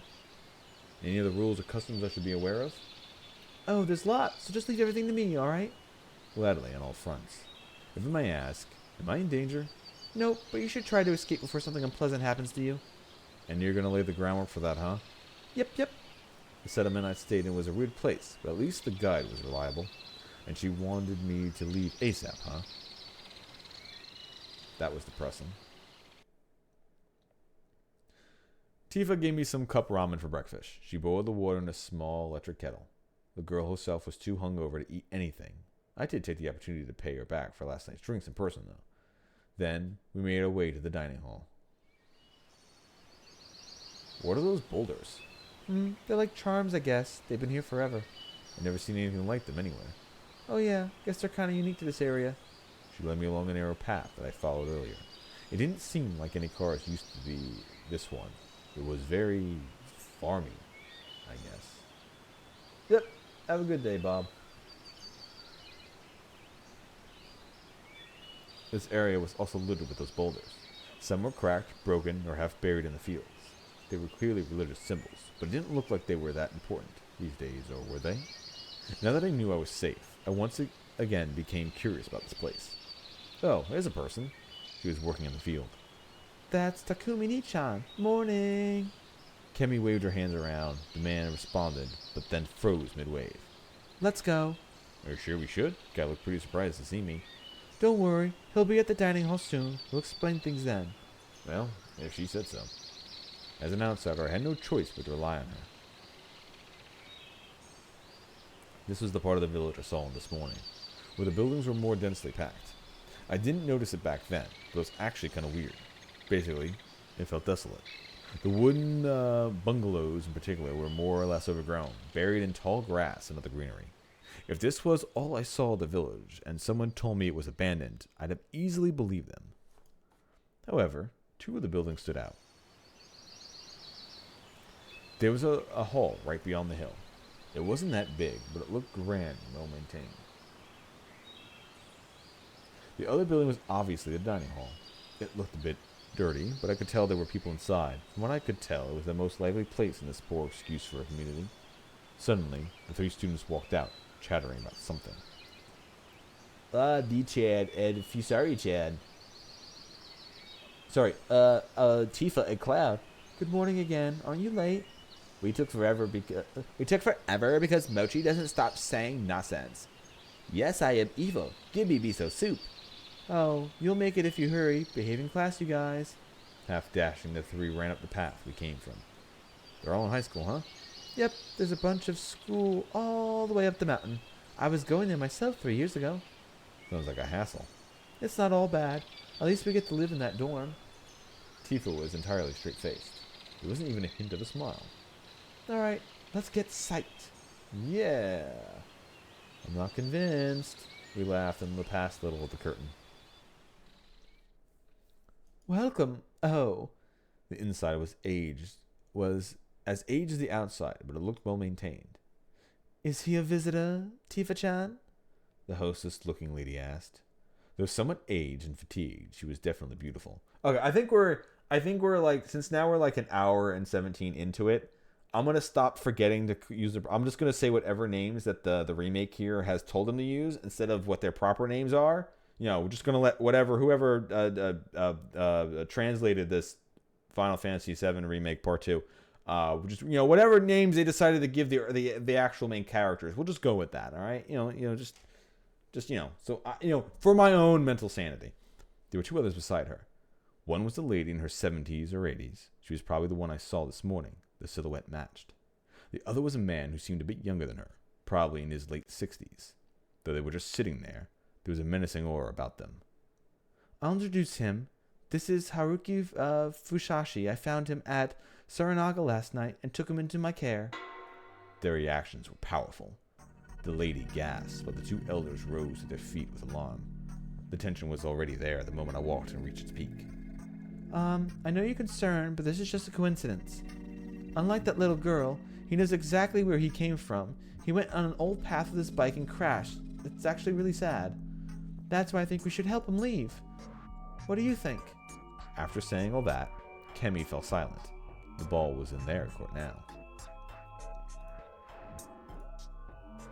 Now that is troubling. The lady voiced a harmless opinion, careful not to upset the old people. It was pretty clear who was in charge. They were elders in more ways than one. Chi-chan, why did you even go to Saranaga at night? I had a hunch, I guess. You know what happened? I couldn't fall asleep. Then he's got to be a Yambito. Shut it, Taba. From that conversation, it was pretty clear that something had happened before I arrived here. It was obviously similar to what happened with me. She'd mentioned some little girl. Perhaps there was a child who'd wandered in here like I did. According to Kemi, The Saranaga Rapids were a place of significance around here. It was a place from which dead people came to life, or whatever. Oh, so this Tay must have been the E lady that boy mentioned. And the Yumbito must have been the term that the dead who come from there. Apparently, the primary goal here was convincing these elders to approve helping me. Where are you from? The old man's put my derailed mind back on track. I'm from Tokyo. How old are you? 24. Older than Chi, eh? He chuckled. I immediately realized he was taking a jab at me for hiding behind a younger girl. Nice to meet you. I'm Haruki Fusashi. Like she said, I wandered into town after my bike crashed. I seem to be a total outsider here, so I don't want to speak out of turn. That's why I asked her to talk on my behalf, but I think I should say something at least. I won't trouble you any longer than I have to, so I would be grateful if you could pardon my brief stay. And please don't blame her for helping me. Hey, Haruki-san. I think she went against the village's customs by helping me out. The students also seemed surprised. My. I'm an adult. I will only take responsibility for any trouble I cause, as best I can. So, please put up with me. I bowed my head. He seems alright to me, Taba. Don't know about that. Look at his hair, all colored brown. Shit, I forgot. I didn't look very presentable to more traditionalist people. Outsiders all like that. Just help me get out of here. Outsiders all like that. Just help him get out of here, I says. Oh, no, I guess the blank one is him? Or who's the... Or is the dot supposed to be... No, dot has to be him, right? Do what you want. I guess I got their half-hearted approval. Haru, eh? Like my granddaughter. What a mess. Oh, so that means you're... Yep, he's Haru-chan's grandpa, Kanzo Mikishima. A pleasure. I didn't know what else to say. Haru-chan and I weren't on the best of terms so far. Anyway, it seems like we were past the difficult part. Drove into Saranaga, huh? No, actually, I asked for directions from a convenience store, went down a side road, and ended up losing control in an unpaved section. And then you went in Saranaga. Why didn't you turn around? He wasn't impressed by my choice of actions. It just hit me that I had no idea how much time passed between the crash and my meeting with Kemi. Takumi and I'll go and see it. Takumi's walking in the fields. It's to get him out and leave. Let the boy help. You'll never change, Kanchan. What's going on here? We were joined by a new inhabitant. Kemi, who's that guy? Oh, Takumi-chan. Oh, so he was the one we saw in the field. Well, he sure looked big from up close. All that field work was good for his muscles, clearly. And from what I could tell, he was in his 30s. As Kemi introduced me and told him of my situation, I found out his name, Takumi Muro. Okay, if I was keeping up that this is the Final Fantasy VII remake bit, I guess if she was if she's Tifa, then this would be Barrett. And instead of just like the first person I just said was Barrett. So you know what? This fits. All right. Facade back on. Man, that must have been hard. So old man Kanzo. Well, pick it up. Thought so. Deba-chan, wait a bit while I help the guy. I already spread the stuff on the field, so I'll mow the grass at noon. What a good boy. It ain't been a big deal. I'll be quick so you'll think nothing happened. Good to hear. Nothing, eh? Boy. Me? What is it? You're in Yasumizu. It ain't a good place. It was a place that wasn't good? Not my presence here? We don't like outsiders here, and outsiders shouldn't let sleeping dogs lie. So you should hurry on and leave. That's the plan. So it's settled. Yep, thanks Takumi-chan. I was beginning to understand how things worked here. Although Kanzo Mikishima's voice was the most powerful here, it was also important to get Tei-chan's approval. Kanzo-san was probably in charge of tackling the settlement's practical problems, while Tei-chan provided spiritual and moral direction. And when it was time to be civilized, Takumi-san came and convinced Tei-san, acting as an intermediary. It looked like Takumi-san himself had understood such subtleties, and Kemi seemed to rely on this side of him. Here you go. The lady brought some tea at the old folk for every time. Oh, Kari-san, thank you for getting some food. So that was her name. Sure, I'll make a lot. It will be a reward for waking up early and working hard. Hey, I'm doing it for Yasumizu, Ba-chan, and you. It's nothing, really. Oh my. These two sure seem to get along. Looked about the same age, too. Would you like something to eat too? No, thank you. I already ate. Then here's some tea. I can also get you a light snack if you'd like. What would you say to some onigiri? Oh, that would be... Sorry, can we borrow the phone? We need it quick. Oh. Sure, why not have some tea first? Thanks, but it's urgent. Let's go, Haruki-san. Sure? It didn't look like it'd say no. We went up the nearby stairs for what seemed like a living space. At the end of the creaky hallway, there was a black rotary phone, a rarity in this day and age. This is the only phone in all of Yasumizu, by the way. Seriously? Oh, and not a single mobile service provider works in this area. We need to keep this closed room mystery closed. We can't just have it open by every little idiot with their cell phone. Really? Wait, who do you want me to call anyway? Road service insurance, stuff like that, and family if you have to. Oh, that made sense. Hell, I should have been the one to say that. Like I said, it'd be best if you left as soon as possible, so you should use everything you have. Because outsiders aren't welcome here? Yep. And I shouldn't pry any further, huh? Mm-hmm. Haruki-san, I see you catch on quickly. That's good. But you also seem really curious. It shows, huh? Of course it does. Honestly, though you should avoid sticking your nose into things. Because we'll part ways soon anyway? Exactly. That's kind of sad. Oh, you want my contact info? If you're willing to give. Yay, that makes this guy number 53 on the list. Damn, if that ain't a letdown. We still went to exchange our info. I can only hope that being number 53 wasn't a big problem as it sounded. Anyway, I'd like to know the reason why me being here is such a big deal. I don't recommend it. But why? Because it'd make me upset. You don't like it here? Yeah, I actually hate it. You seem to get along with the people, though. That's just how it looks. I was a huge problem child, so I feel kind of awkward around the older folk here. And there's tons of things you can't see right away.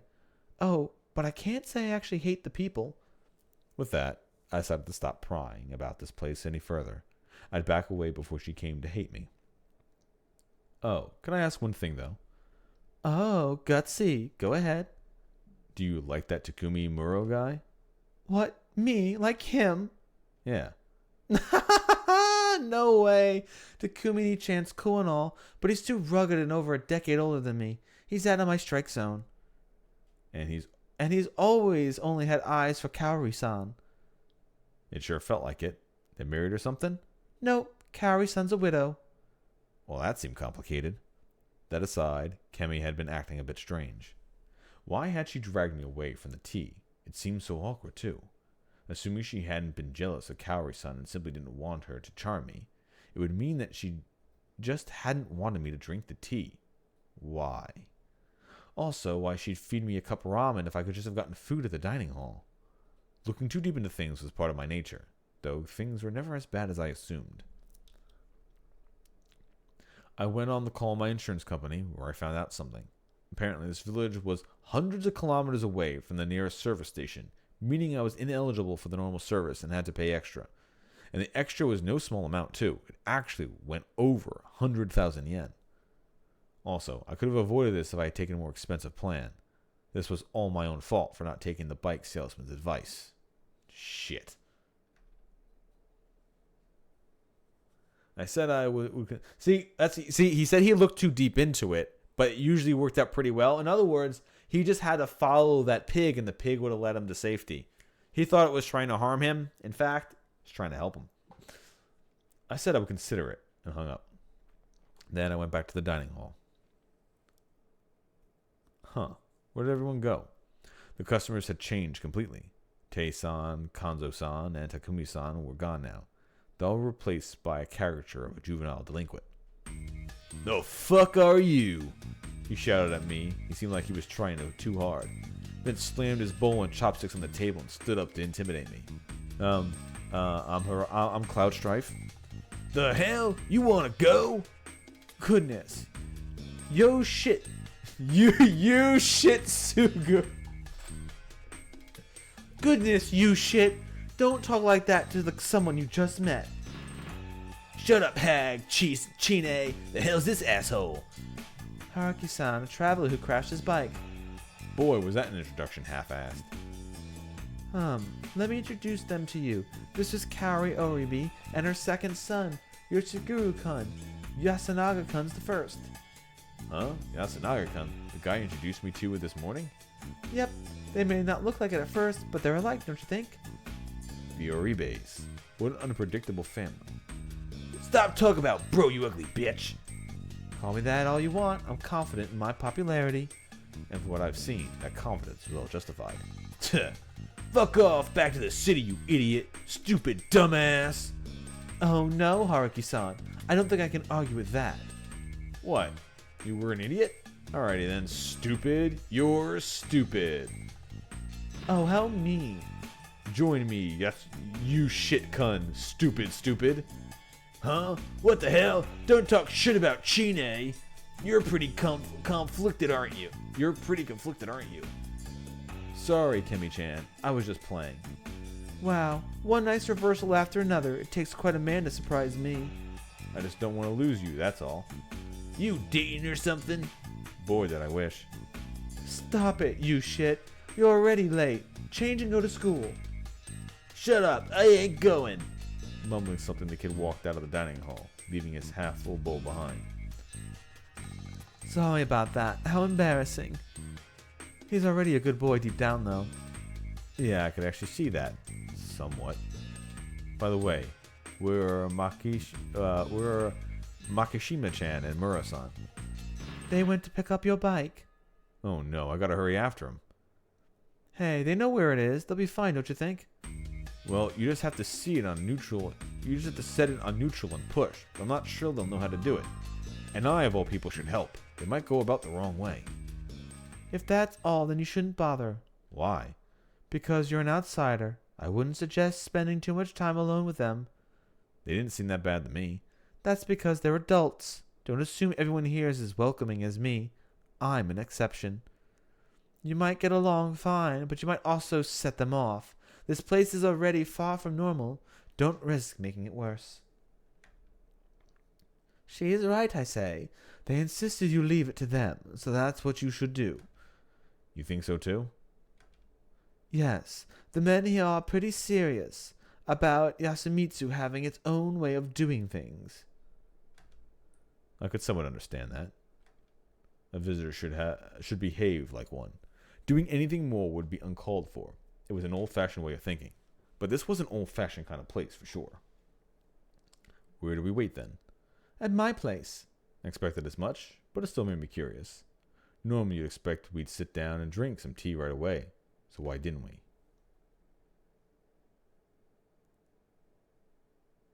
As we waited, Kemi, casually but uncomfortably, told me several things. First, I found out the people here in Yasumizu were a bit on edge right now. The reasons for that was the fact that, excluding me, they had 3 whole outsiders here. I assumed this myself from what I knew so far, but apparently yesterday morning, a little girl was found straying around the Saranaga Rapids. They couldn't even find out her name, let alone her parents were, so they didn't know how to handle her. For now, one of the inhabitants is looking after her. Like I've been told, the more superstitious inhabitants, Taesan mostly, saw her as a bad omen. I suggested leaving her to the police, but Kemi didn't seem to think it was a good idea. It barely made sense to me, but if I were to believe her, things around here were such that not even the cops could do anything. And apparently, the remaining 2 outsiders were a pair of journalists gathering info for a magazine article. Unlike the little girl and I, they'd come here via the normal route, through Kamifuyu Jiyoshi, and they weren't considered a bad omen or whatever. Still, even normal outsiders put the people here on edge. Through this talk, I also got some details about the area itself. Yasumizu was a settlement part of an autonomous region called Fujiyoshi Village, or simply Fujiyoshi. It's also been on the map I'd been shown at the store. Mountain Road. Okay, so that's the mountain road he was going over and he fell into. Okay. Fujiyoshi was split into two areas, Yashimizu and Kamifujiyoshi. They were separated by a mountain. Going to Kamifujiyoshi took about an hour on foot, or 20 minutes by car on the winding but paved road. Side note, the school the students went on was in Kamifujiyoshi.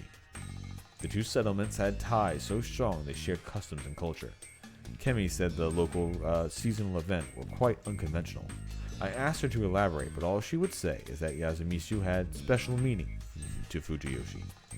She was making me more suspicious than I ever wanted to be. This conversation wasn't nearly as exciting as the one we had last night. At least I found that she didn't have a boyfriend right now. Very intriguing. It was nearly noon when Takumi-san came back, ending my waiting game.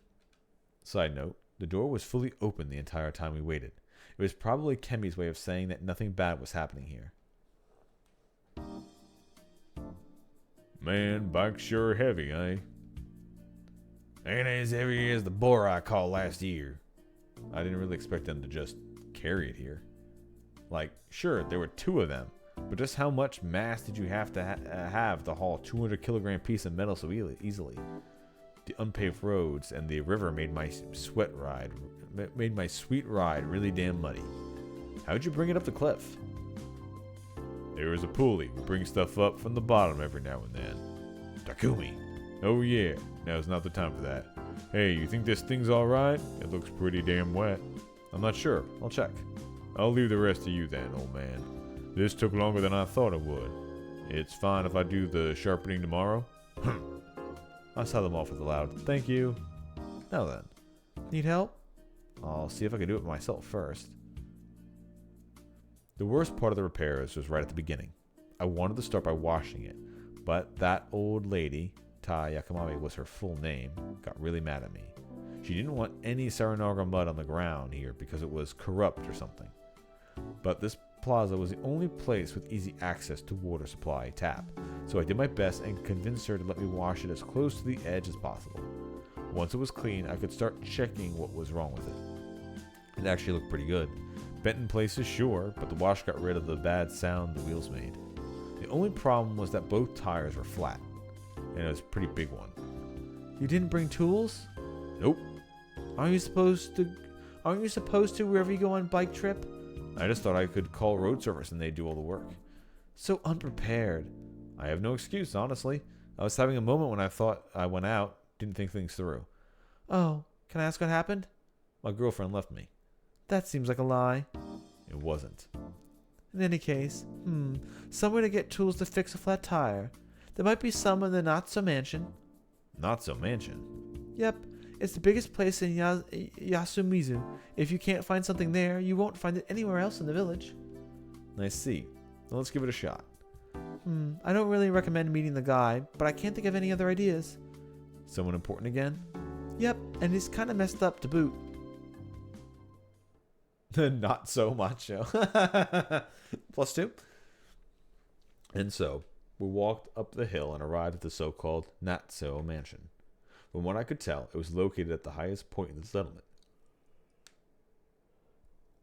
And like Kemi said, it was definitely a hell of a building.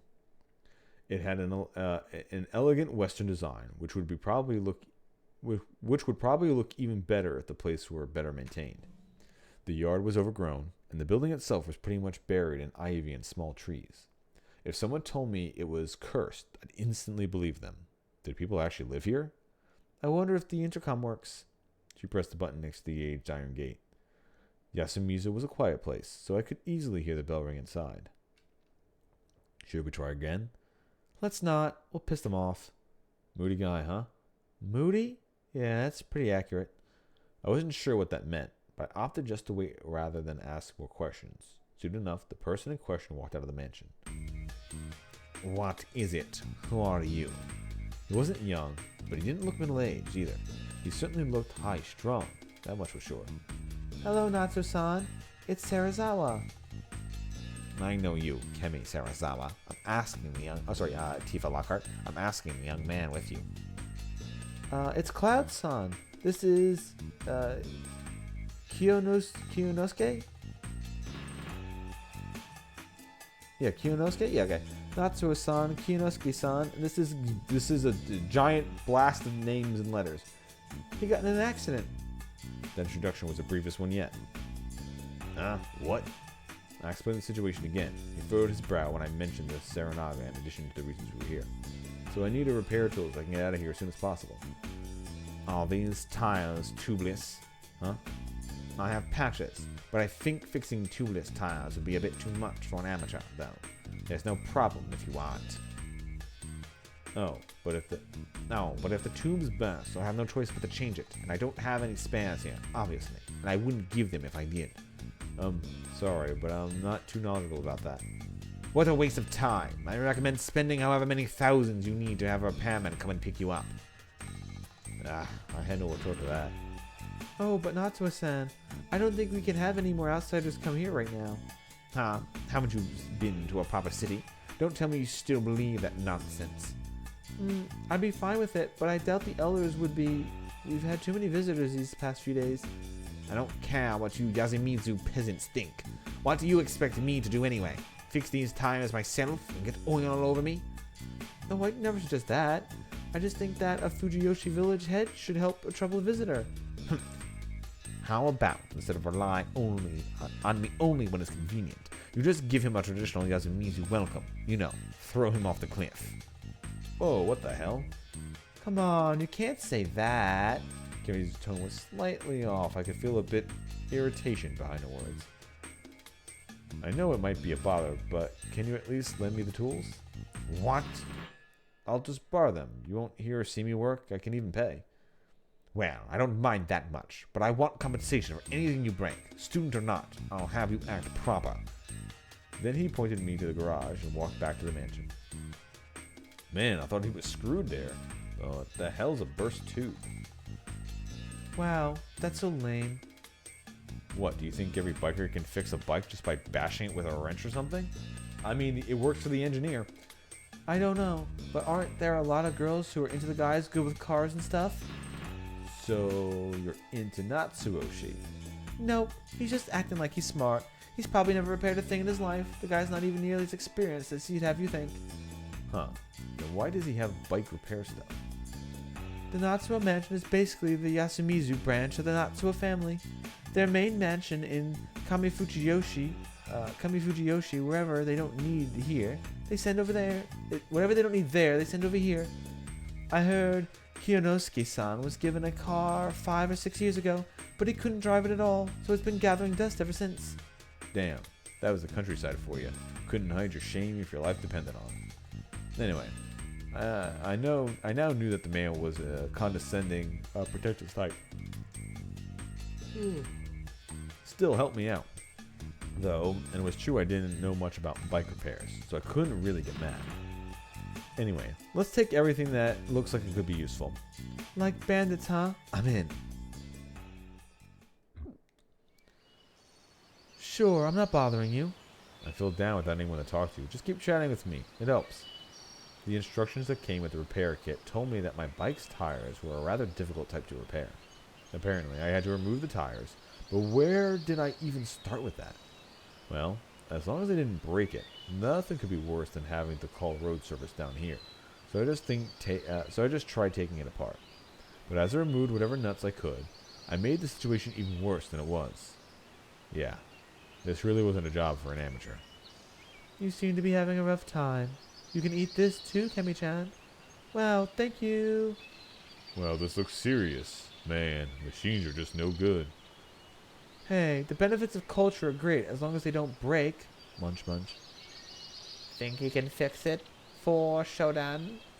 For sundown? That might be hard. Don't worry though. Worst comes worst, I'll do something. Munch munch. I really appreciated how she handled the visitors in my stead. Hey, Cheney, is it hard to get a bike license? I don't know. I know that scooter licenses are easy. I have one myself. Mid-sized bike licenses are pretty hard to get. You even need to take a course, just like with cars. You like bikes? The hell? What's the matter with you? How much was that anyway? 800,000 yen, brand new. Holy shit, what the hell? That's way too high. You an idiot or what? How'd you get that much? Huh, part-time jobs and all that. You got into an accident. Poor Haruki-san. Kimi-sensei, if I may ask, what happened to my share of the food? Oh, no, I ate it all. Poor Haruki-san.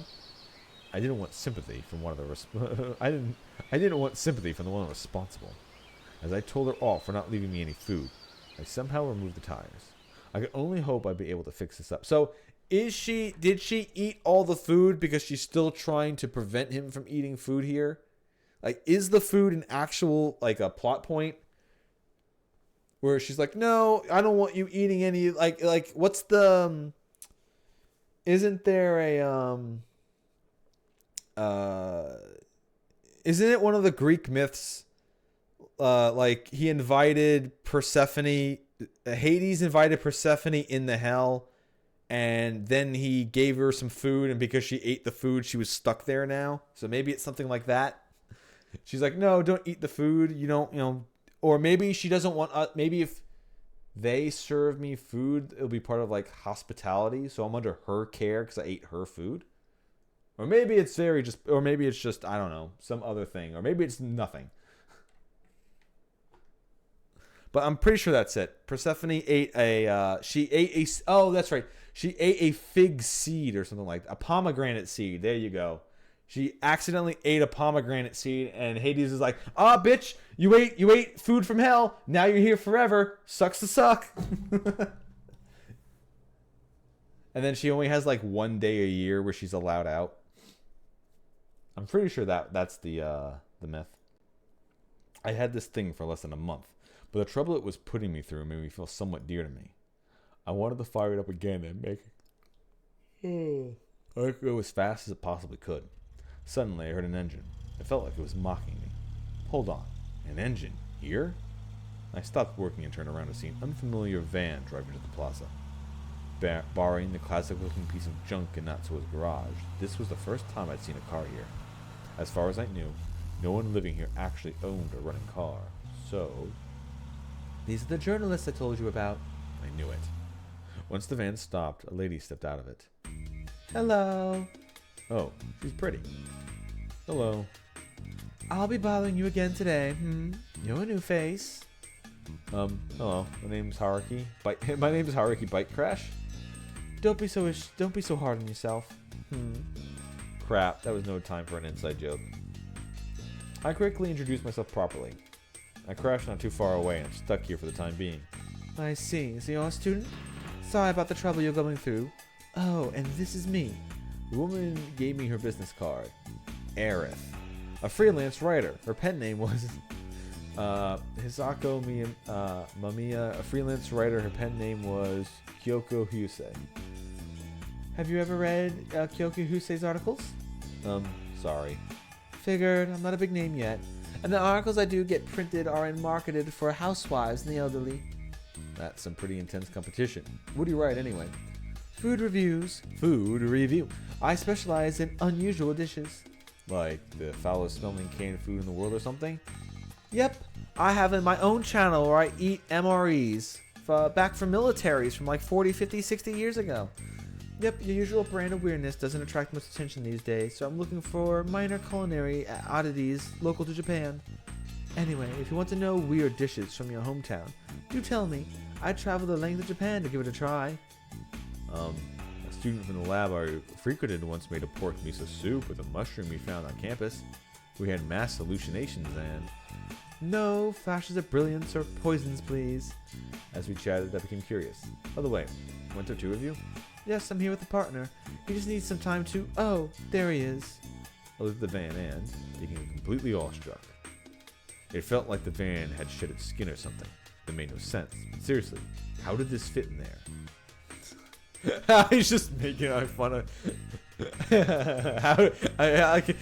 how did this fit in there? He was gargantuan.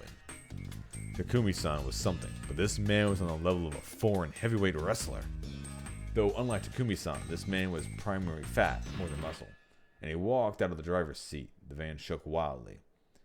Yudai Hashimoto-san, a photographer. He's way more famous than me. He works in all sorts of fields. I imagine you've seen some of his photos without even knowing it. I didn't know much about photography, but I was definitely convinced. There was a certain kind of authority or gravity around him. He wasn't saying a word, and I couldn't tell what he was thinking. Nice to meet you. I'm Cloud Strife. Was he even alive? Hello!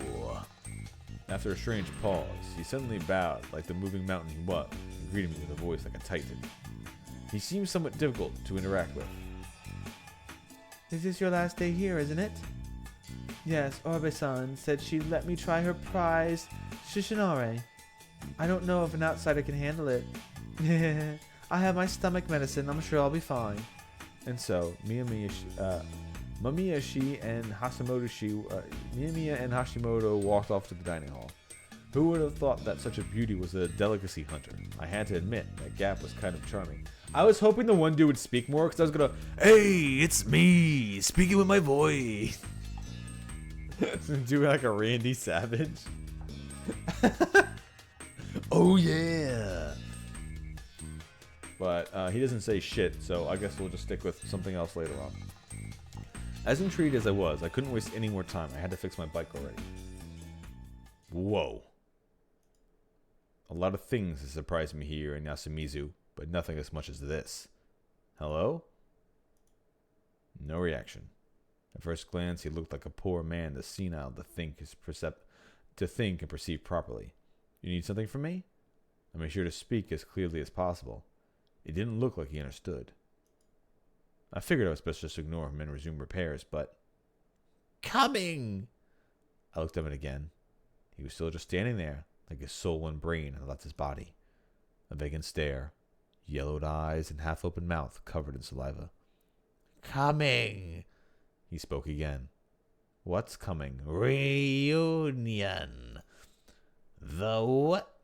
What? His voice was too hoarse to make out. Come again? I placed my hand against my ear. He finally understood what I wanted and prepared to whisper something. He brought my ear closer and... The wolf is coming! The sudden shout caught me completely off guard and made me fall to the ground. He looked down at me laughing. He clapped and opened his half-toothless mouth in a wide smile. The wolf is coming! The wolf is coming! He bent his body in a weird way, laughed like he was convulsing, turned around, and just left. Haruki-san!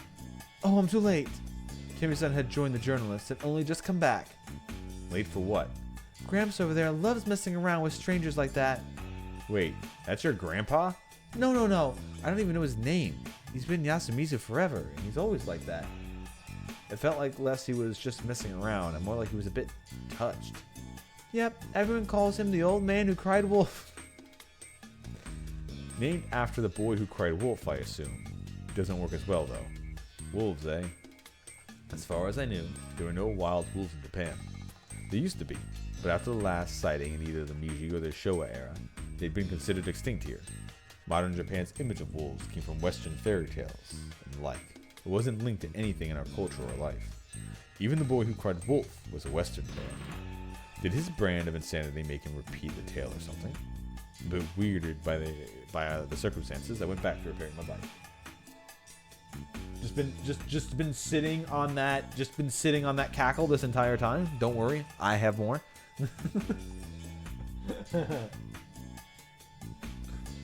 Oh yeah, true. He didn't say something like, "Oh, if you guys are leaving, do you have room for me to like put the motorcycle on top, or put it in the back of your van and go?"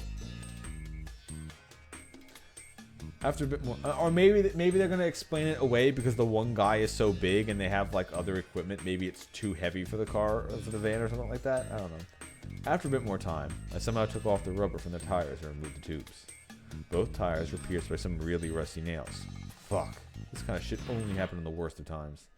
Then I applied the patches and filled them with air using a manual pump.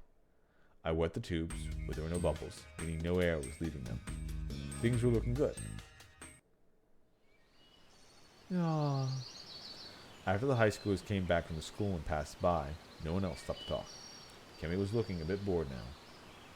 I think I got it. Seriously? But it all seems so hopeless. Well, sorry. Though I still need to rebuild this. That's gonna be a... It's going to be a lot of work. So you'll be able to leave then? Yep.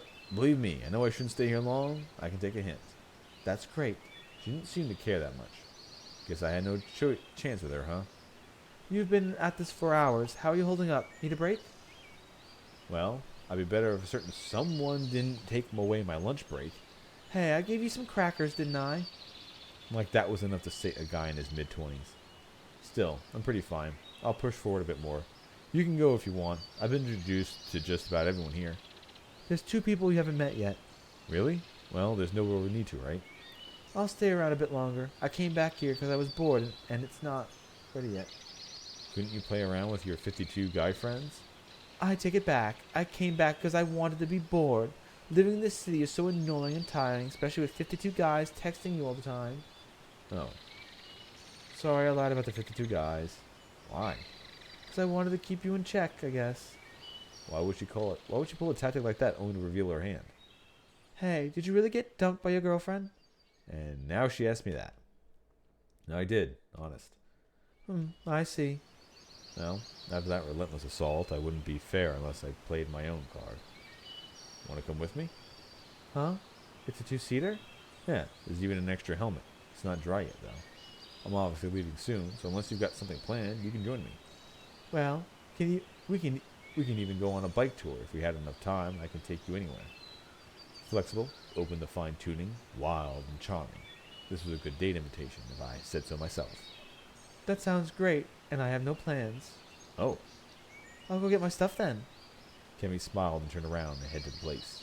She then looked back at me and... You should hurry before I change my mind. Yeah, sure.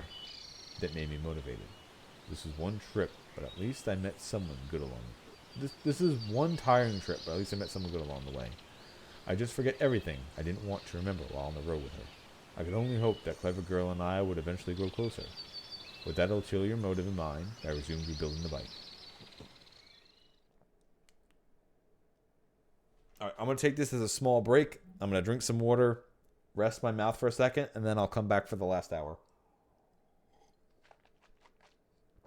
So, just taking a small little second here. Let's see. Hopefully it doesn't get a copyright struck, but...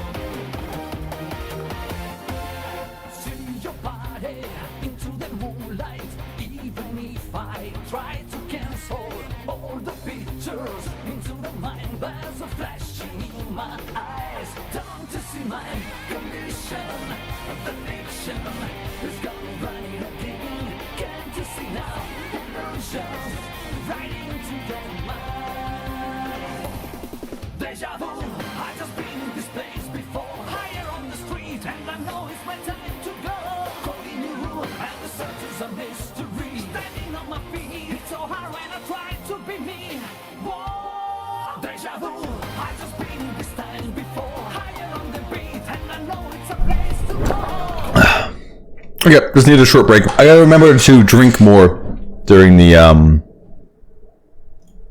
while I'm reading, so my voice doesn't get all dry.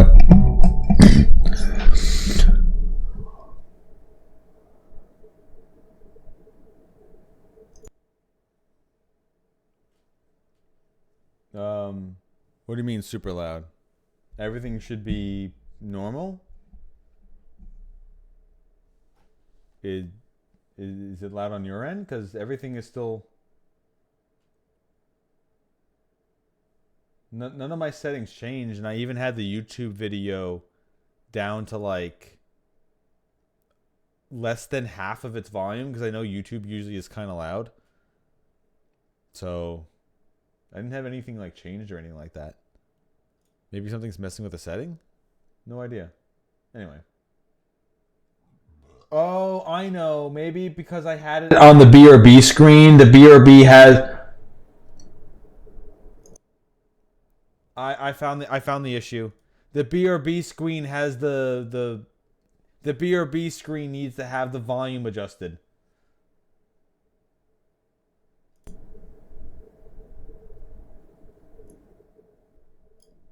Is it better now? No, that's still super high. Here you go. This should be a bit better. This should sound about normal now. Okay. That was what was going on.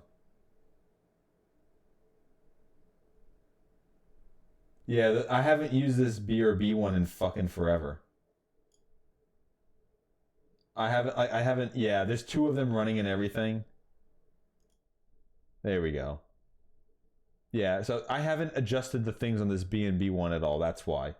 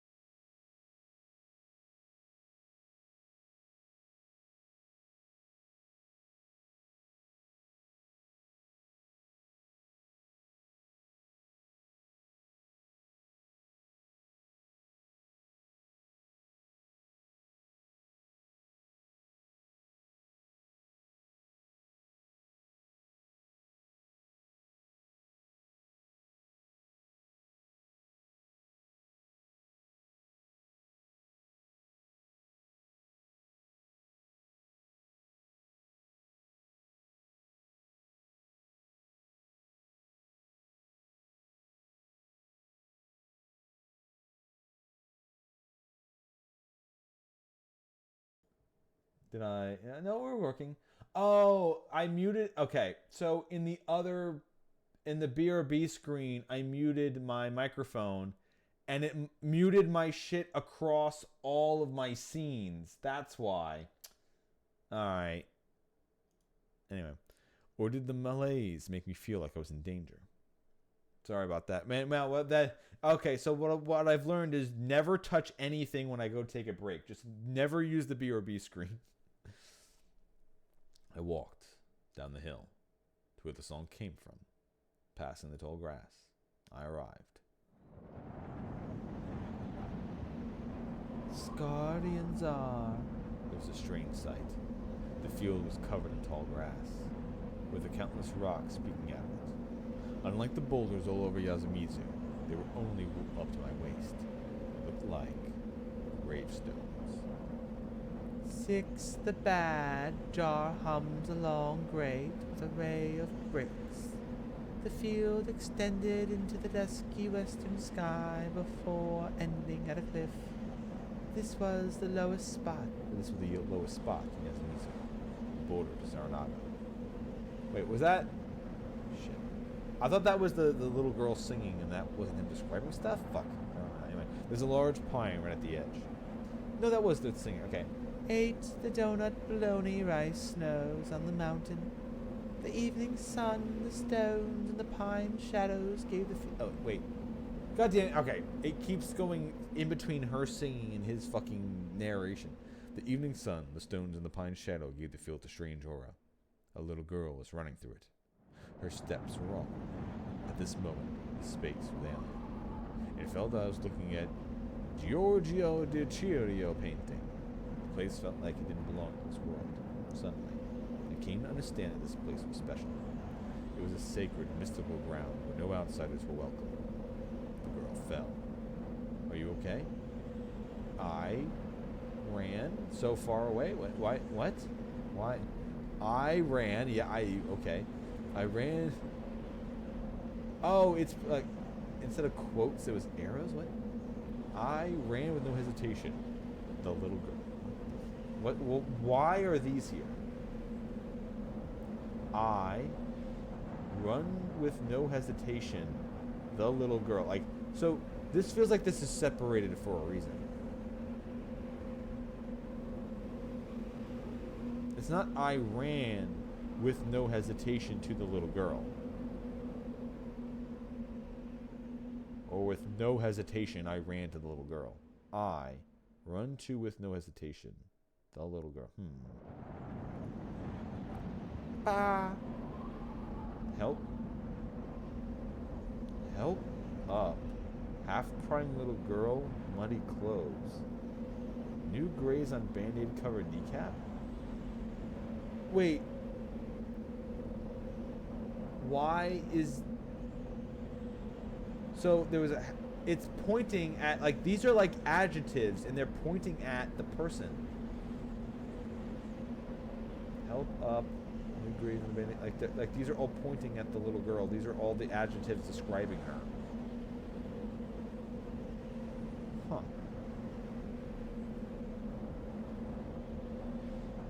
Console, little girl, push away, run. Someone appears, girl saw once me. So the girl he once saw appears. I didn't hit a setting, did I? Nope. Oh, okay, nope. That's all intended. Okay. Prepare for the feast when the evening mist arrives. Girl, weave, incomprehensible phrase. Hide behind. Little girl. Little girl hides behind her, fear and hostility eyes. So, girl, weave. So she's got fake hair. Incomprehensible phrase. The little girl is hiding behind her.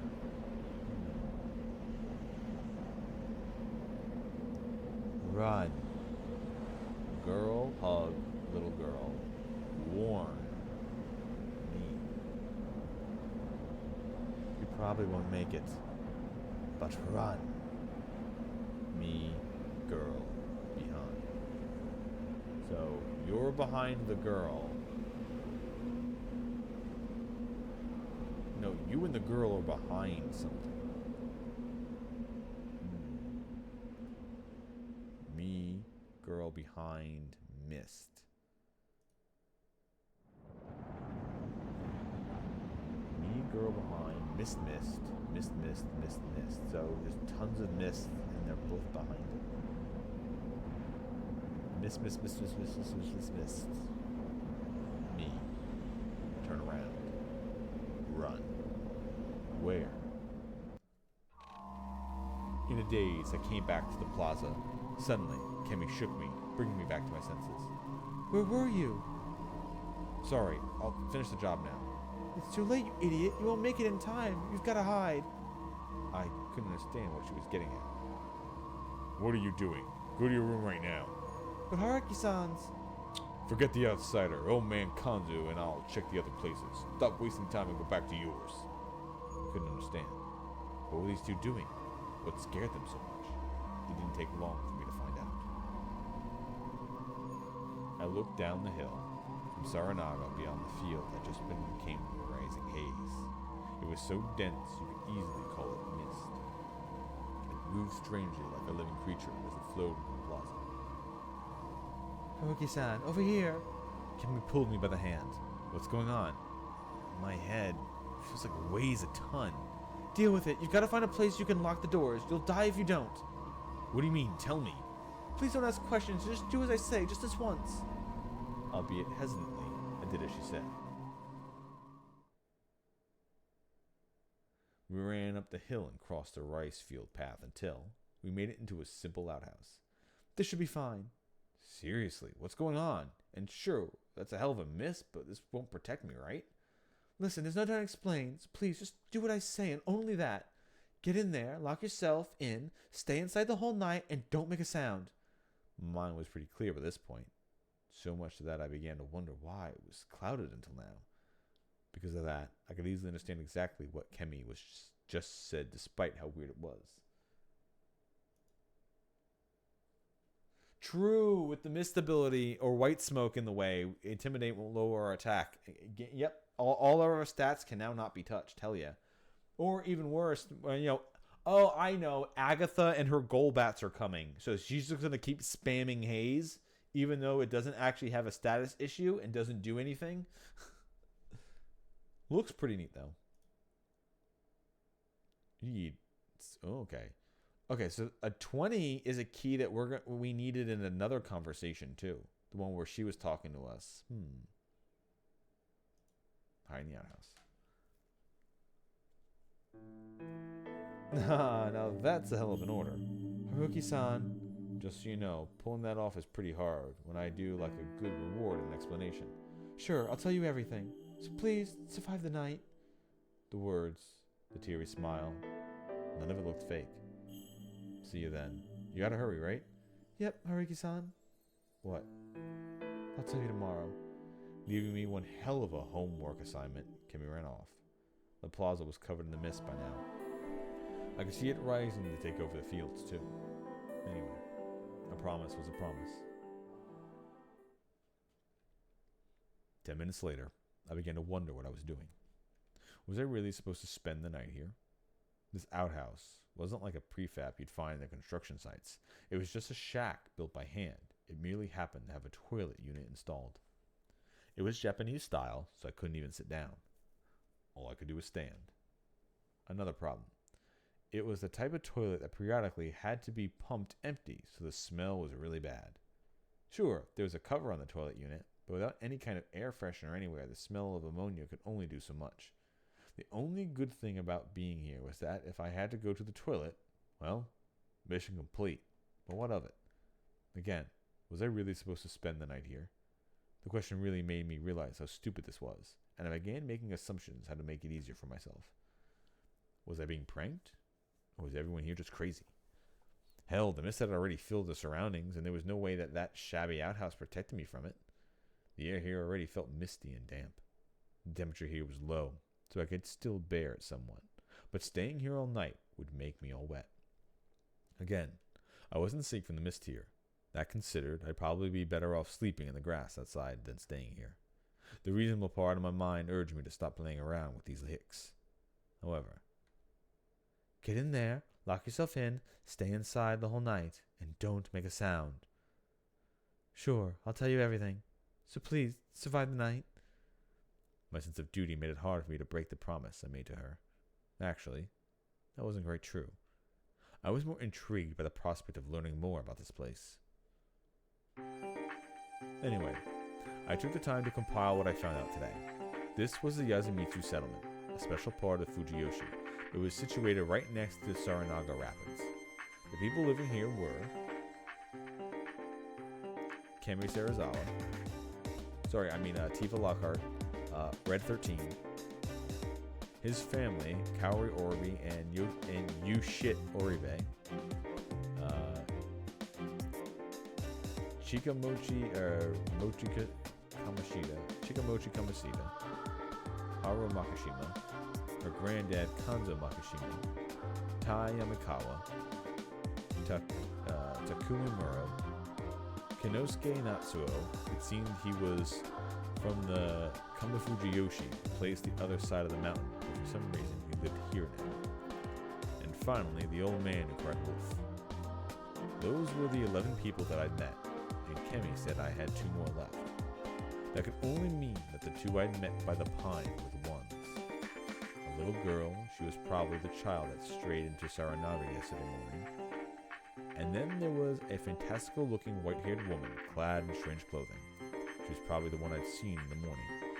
The fact that I'd seen her twice made it likely that she was indeed real. But with how mysterious this place was, I couldn't rule out the possibility that she was an illusion. According to Kemi, the little girl was being looked at by someone in the village, so I could only assume that the white-haired woman was the one. If I counted the little girl, it would mean that Yasumizu had 13 inhabitants. Then there were the two journalists, Hisako Mayamiya and Yudai Hashimoto. Add me to that, and you had a total of 3 outsiders. But I put that aside for now. Anyway, time for an assessment. Yesterday morning, a little girl strayed into Saranaga. To make it worse, not one, not even herself, knew anything about her. She instantly got branded as an ill omen. The next day, Kemi, who was in Saranaga for some reason, found me there. They recognized me as a proper lost person, but since I came through Saranaga, I was also branded an ill omen. From what Kiyonosuke Natsuoshi said, it was safe to assume that it used to be customary to throw people like us into the Saranaga. And then there was the mist. The girl said something mysterious. Prepare for the feast when the evening mist arrives. I can only assume it was related to the same superstitions. After all, the mist came from the Saranaga itself. It and the river seemed to be central to the local customs and ideals. With that in mind, how was it dangerous? What was going to happen now? Yamabito, as in people from Yomi, the ancient Japanese land of the dead? Dead people came back through Saranaga, and they were corrupted. Well, that gave room for some wild ideas. Was there some sort of pathogen in Saranaga that rose up in the mists? Did it turn people into zombies? Or was I about to be part of a Japanese Resident Evil? Wait, that was already Japanese. What if you had 10% chance to be infected by the mists, but a 100% chance to be infected by another person? That explains why everyone had to isolate themselves like this. If I became a zombie, I probably wouldn't have the mind to unlock the door. So basically, by locking myself in here, I was quarantining myself. I hadn't put all that much thought into it, but that seemed like a good story. Sure, stuff like the boulders and the wolves didn't fit anywhere into my idea, but it was still interesting. Then again, I knew this was a Hicksville and all, but I would be superstition that science could explain so easily really survive in the modern world? It seems so weird. Get in there, lock yourself in, stay inside the whole night, and don't make a sound. Don't make a sound. To be frank, the reason why I spent so much time on these delusions was because I was scared of things I didn't know or understand. In the past, people used to attribute stuff like natural phenomena and diseases to gods, devils, yokai, and then do nothing but fear them. They were scared of these manifestations of monsters and whatnot. But on the other hand, it was better than not seeing or not knowing what they really were. The fact that you could die to things you couldn't see or understand made life really unreasonable and unfair. That was why it was very logical to give things names and mental images in order to recognize and memorize them. My fear of things I didn't know was the same, except I wasn't satisfied with just labels or hypothesis. I needed to reach the truth. That aside, what was I feeling right now wasn't a fear of the unknown. It was a realistic, practical fear of something that could endanger my life. Get in there, lock yourself in, stay inside the whole night, and don't make a sound. That meant that, outside, lurked something dangerous that could hear sounds. Perhaps it was the so-called dead that rose up from the river. Or maybe, assuming I was right with my Saranaga sickness theory, it was people who came out to beat the shit out of those diseased who didn't follow the rules. The wolf is coming. Maybe the wolf was the title given to the killer? Suddenly I heard a scream in the distance. Well, okay, well, first thing he does is he goes outside. Well, I definitely see why we're coming back to this choice later. Probably the first thing we realize is don't go the fuck outside. Wow, that was some timing. Where I was about to form a new hypothesis, the proof connecting it all suddenly came to me, and it was all right outside. I had gotten really dark. There were no lights anywhere. The darkness was fear. Unperceived equals unknown equals dangerous equals scary. Leaving this place was dangerous. Dangerous equals scary equals scary equals scary equals scary. Scary things are scary, no matter how much logic you apply. But I couldn't distract my desire to get to know the fear that conquers. I opened the door and stepped in place. The night was in absolute darkness. No matter how dark or cloudy it was, the sky always gave some bit of light to us. However, I came to understand that it could be hard to see even if there was light. Everything I saw was covered by a dense mist. Combined with the pale moonlight, it made the area seem milky. It made it hard to get around. Regardless, I couldn't ignore the scream. There was something beyond this veil. I kept moving forward. Unless my ears were deceiving me, the scream belonged to a woman who had come from the right. Oh, come from the right. I couldn't let myself think that. Rather, I didn't want to think that. The unknown was scary. Personally, I found that principle made my life really easy. I had more than enough fear for those which were directly threatening my life. I really didn't want to have fear of losing someone as well. Change the line of thought, however. Solving the mystery might save someone, two birds with one stone. I began walking faster. And a scream was close. I realized I had to find a way to protect myself. I was unarmed, so I looked around for anything to use as a weapon. I felt around to see if there were any branches or anything. Sadly, all I felt was grass. I went deeper and searched the ground itself. Soon I felt something hard. It was a rock. A moment of digging later, I took it in hand.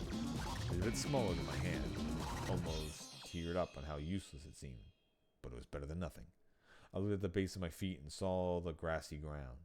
I could easily move forward if I first checked the ground with my feet. And since I might have been close to danger, I had to focus on what was ahead too.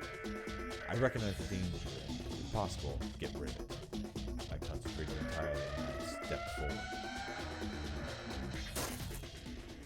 I couldn't hear the screams anymore. What do you mean, Fire? You've obviously been watching Final Fantasy Remake Part 2. I mean, it's in the title of the stream and everything. I mean, they really did some extreme things, changing the, like, they strayed away from an RPG and made it a visual novel, but, you know, I played the first part and I was pretty okay with the small changes that they made. This is a big change, but you know what? A lobster in a hot pot. But I could hear other things. A wet sound. And the sound of something cracking. It filled my mind with countless things I didn't want to imagine. Even so, I kept walking forward. Forward. Until I saw it. Oh. My hypotheses were nothing but delusions. The truth was something you had to see for yourself. But why? Why was this so scary in spite of being true? It wasn't supposed to exist. It couldn't exist. After all, it was a wolf with a humanoid body. And there's no such thing as werewolves.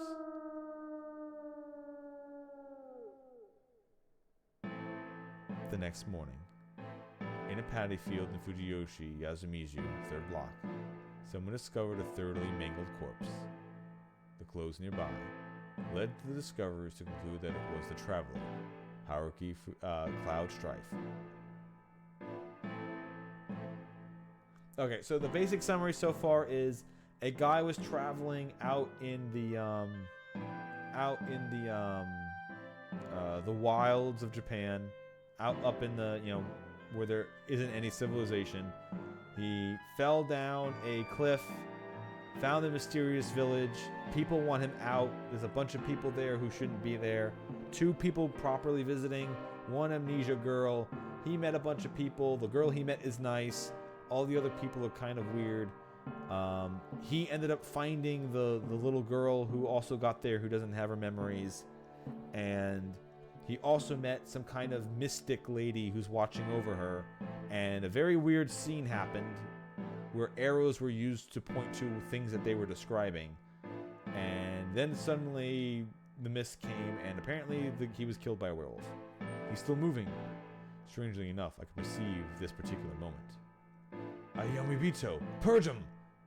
And so I, goodbye, Haruki, was finished off by the girl. The feast begins. The last thing I heard, I'll hang the wolf. Was that? Raging loop. Unveiled arrival. Raising loop.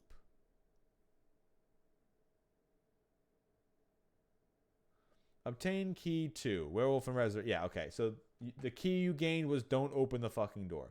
You can view it in the keys list. The route unlocked by this key is represented by the same number in the scenario chart. Yeah, okay. Bad ending number 2. Wait, if this is bad ending number 2, I wonder what the first bad ending was. No, I don't need the hint corner yet.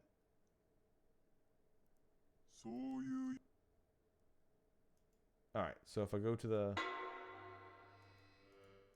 Yeah, I don't want to go back to the very beginning. I closed in on the side of the road and killed the engine. It was steeper than I thought. My bike was on the verge of giving out, so I pushed down and deployed the kickstand. Well, I'm lost. Maybe taking a ride down the unknown road. Okay, yeah, we don't... I want to hit the chart. I don't have the keys to do any of this, so we need to go back to the dense mist.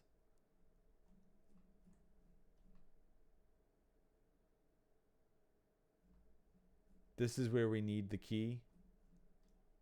Okay, I can grab that as well too. Okay, so this, you need key 20 for that. You need a bunch of different keys for that one. So this is where we want to start off with. We just don't want to die. Suddenly, I hear a scream in the distance. Keep still. What was that? It sounded like someone's life was in danger. So here's the question I want to know. Is this story going to be... Is me looping and getting these keys? Are these going to be part of the story? Or is this part of what makes it in quotes game? So is me getting the key just like me, the player, getting information that now lets me interact with it so they can tell me the story in the proper order they want to tell the story? And instead of me just like choosing the right answer, they want me to see what the wrong answer was, then give me correct answers. I assume there'll be other story bits that I go through that if I choose a proper one, maybe it will give me like a key. Like maybe if I chose a different one with the girl in like her first conversations, maybe there was a different one I could have chose that would have given me like a different route somewhere. Who knows? Anyway, maybe there's a different death in there as well. It meant something dangerous was nearby. Wait, it could be rash. The world didn't have many things that logic couldn't explain, like the existence of murderers. But until I saw the source of the scream myself, it was nothing but a source of fear. Get in there, lock yourself in, stay inside the whole night, and don't make a sound. I reached the top of the door, but something stayed my hand.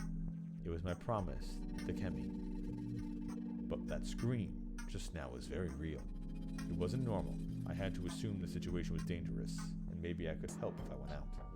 But that meant endangering myself. I was no saint, and I had no plans to rectify that. If there was something that could get me to walk out, it would be curiosity. My curiosity had won over many dangers thus far. But right now, it was weaker than my fear and risk of death. Why?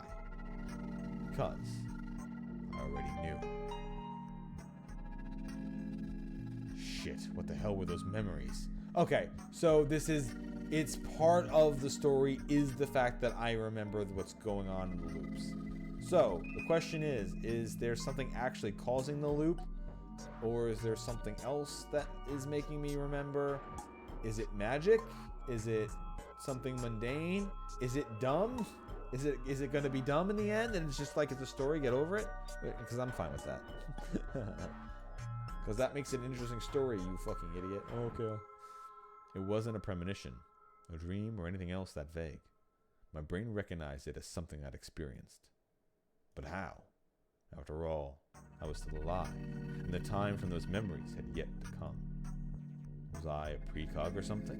My God, I swore I never experienced anything like this before coming here. And why did the memory come back to me at this particular moment? Regardless, that overwhelming fear, and the pain and death that followed, were exactly what awaited for me when I opened the door. I couldn't feel more certain of that. The thoughts rendered me unable to move. Immobile. I stood still, completely certain that I lost my chance to leave. I wasn't childish enough to sneer at selfish decisions, but this still didn't feel good.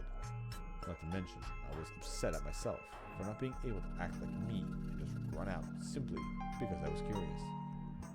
I didn't even feel saved until that moment. Suddenly, the door began to shake. This place had a handle on the outside, and someone was pulling on it hard. There was a lock, sure, but it was only so much I could take before it broke. I prepared to pull it from the inside, but... Get in there, lock yourself in, stay inside the whole night, and don't make a sound. What would happen if I did? Whatever was outside would instantly know I was here. Even if I protected the door, the thing had lots of other ways of hurting me. But what if it didn't know about me, and I was just weirded out by this randomly locked toilet? What if I didn't show a hint of fear to what it was doing? Would it just leave? Or maybe this is somebody who is running away, is trying to hide in here, and we're about to watch them die? They're pulling on the door hard because they're just, scared and trying to get inside. I chose just to wait and see. Once again, someone pulled the door, shaking the structure as a whole. I gulped down a scream and focused on the lock. If it broke, it'd be over for me. Over, as in I'd be dead. That was what that memory told me. I was powerless back then, and even more so now. Assuming I tried to fight back, what would work? I heard that teeth were the hardest part of the human body, so maybe I could bite? Yeah, I'd tear whatever was apart with my teeth. I'd bite it to death. Gathered my wits and killing intent. Grinding my teeth, I glared at the door.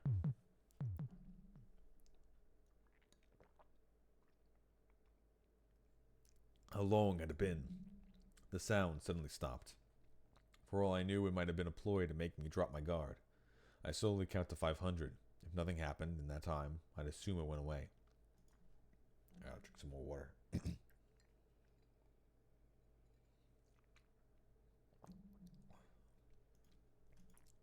There were no screams or attacks after that, but the silence around me improved my perception, and I heard strange noises every now and then. Breathing, growling, claws on the ground.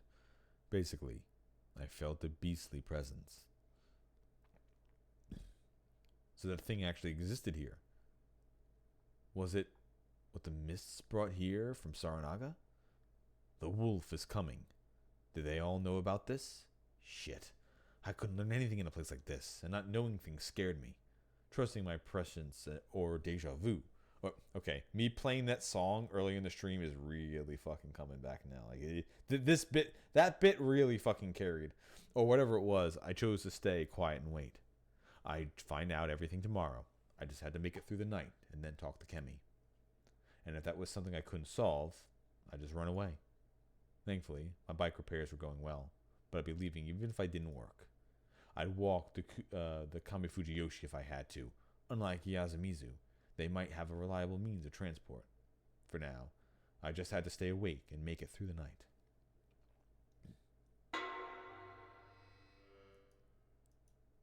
Well, looks like we did it. I never liked seeing night gradually turn brighter as the morning arrives. It always made me feel like shit.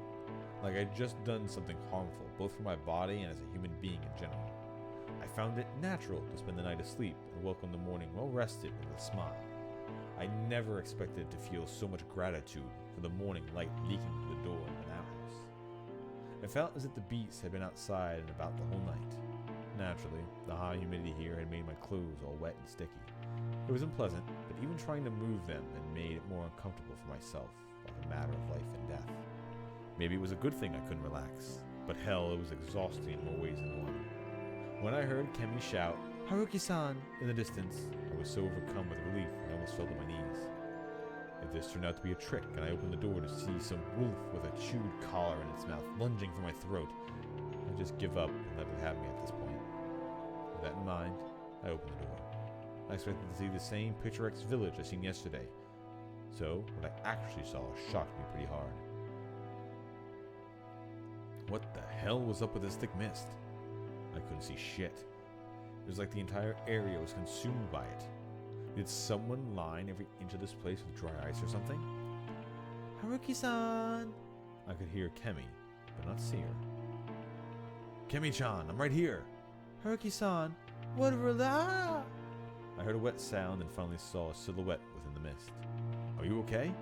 I'm stuck in the field.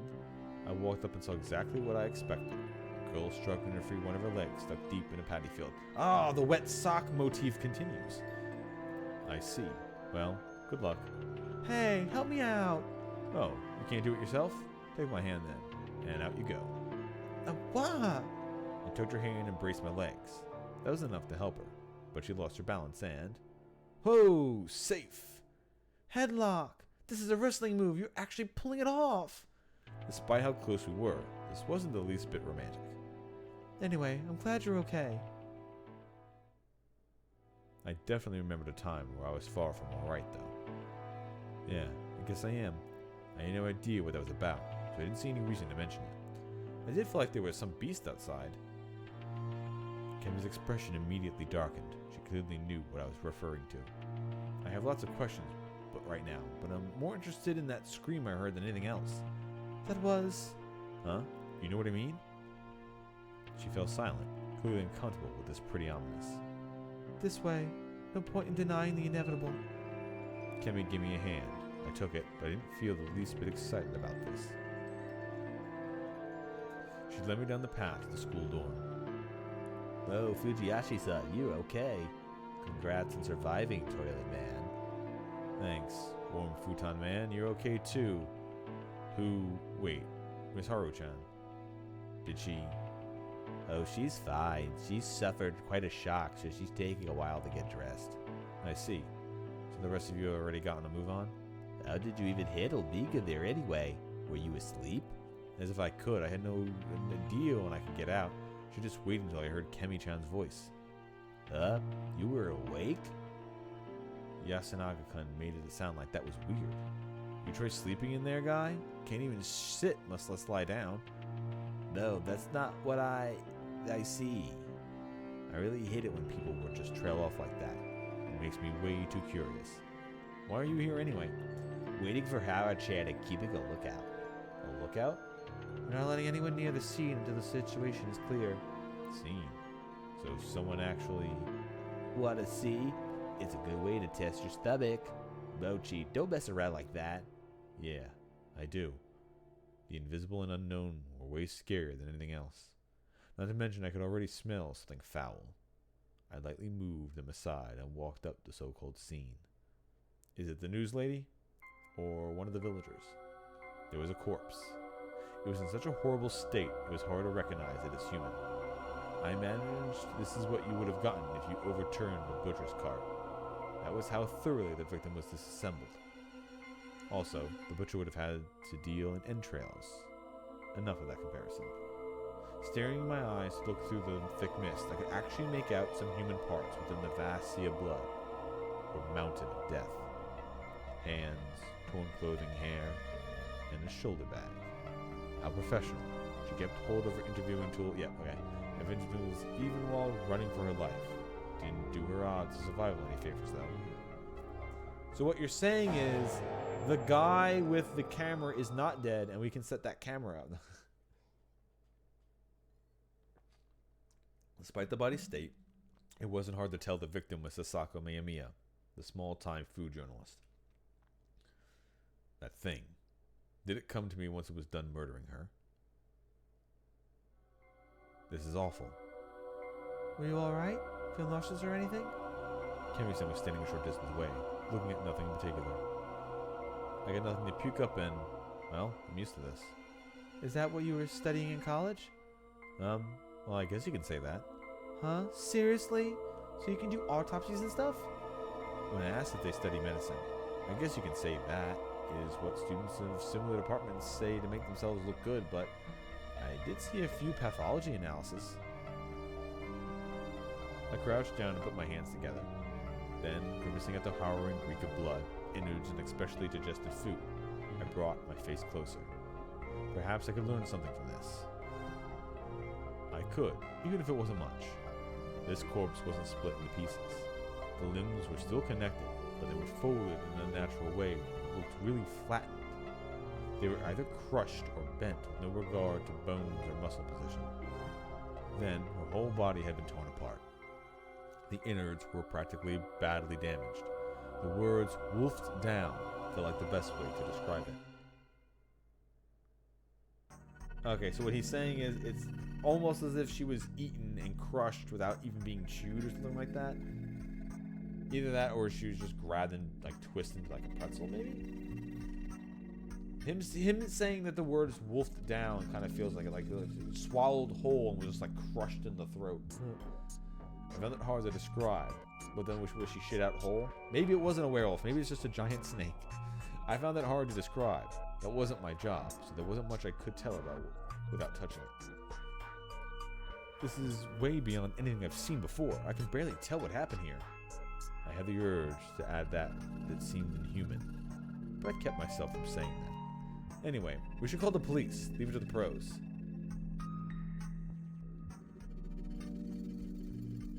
I said something any good citizen would, but for some reason, they didn't seem to agree. Haruki-san, the police won't come. Why wouldn't they? I mean, someone died.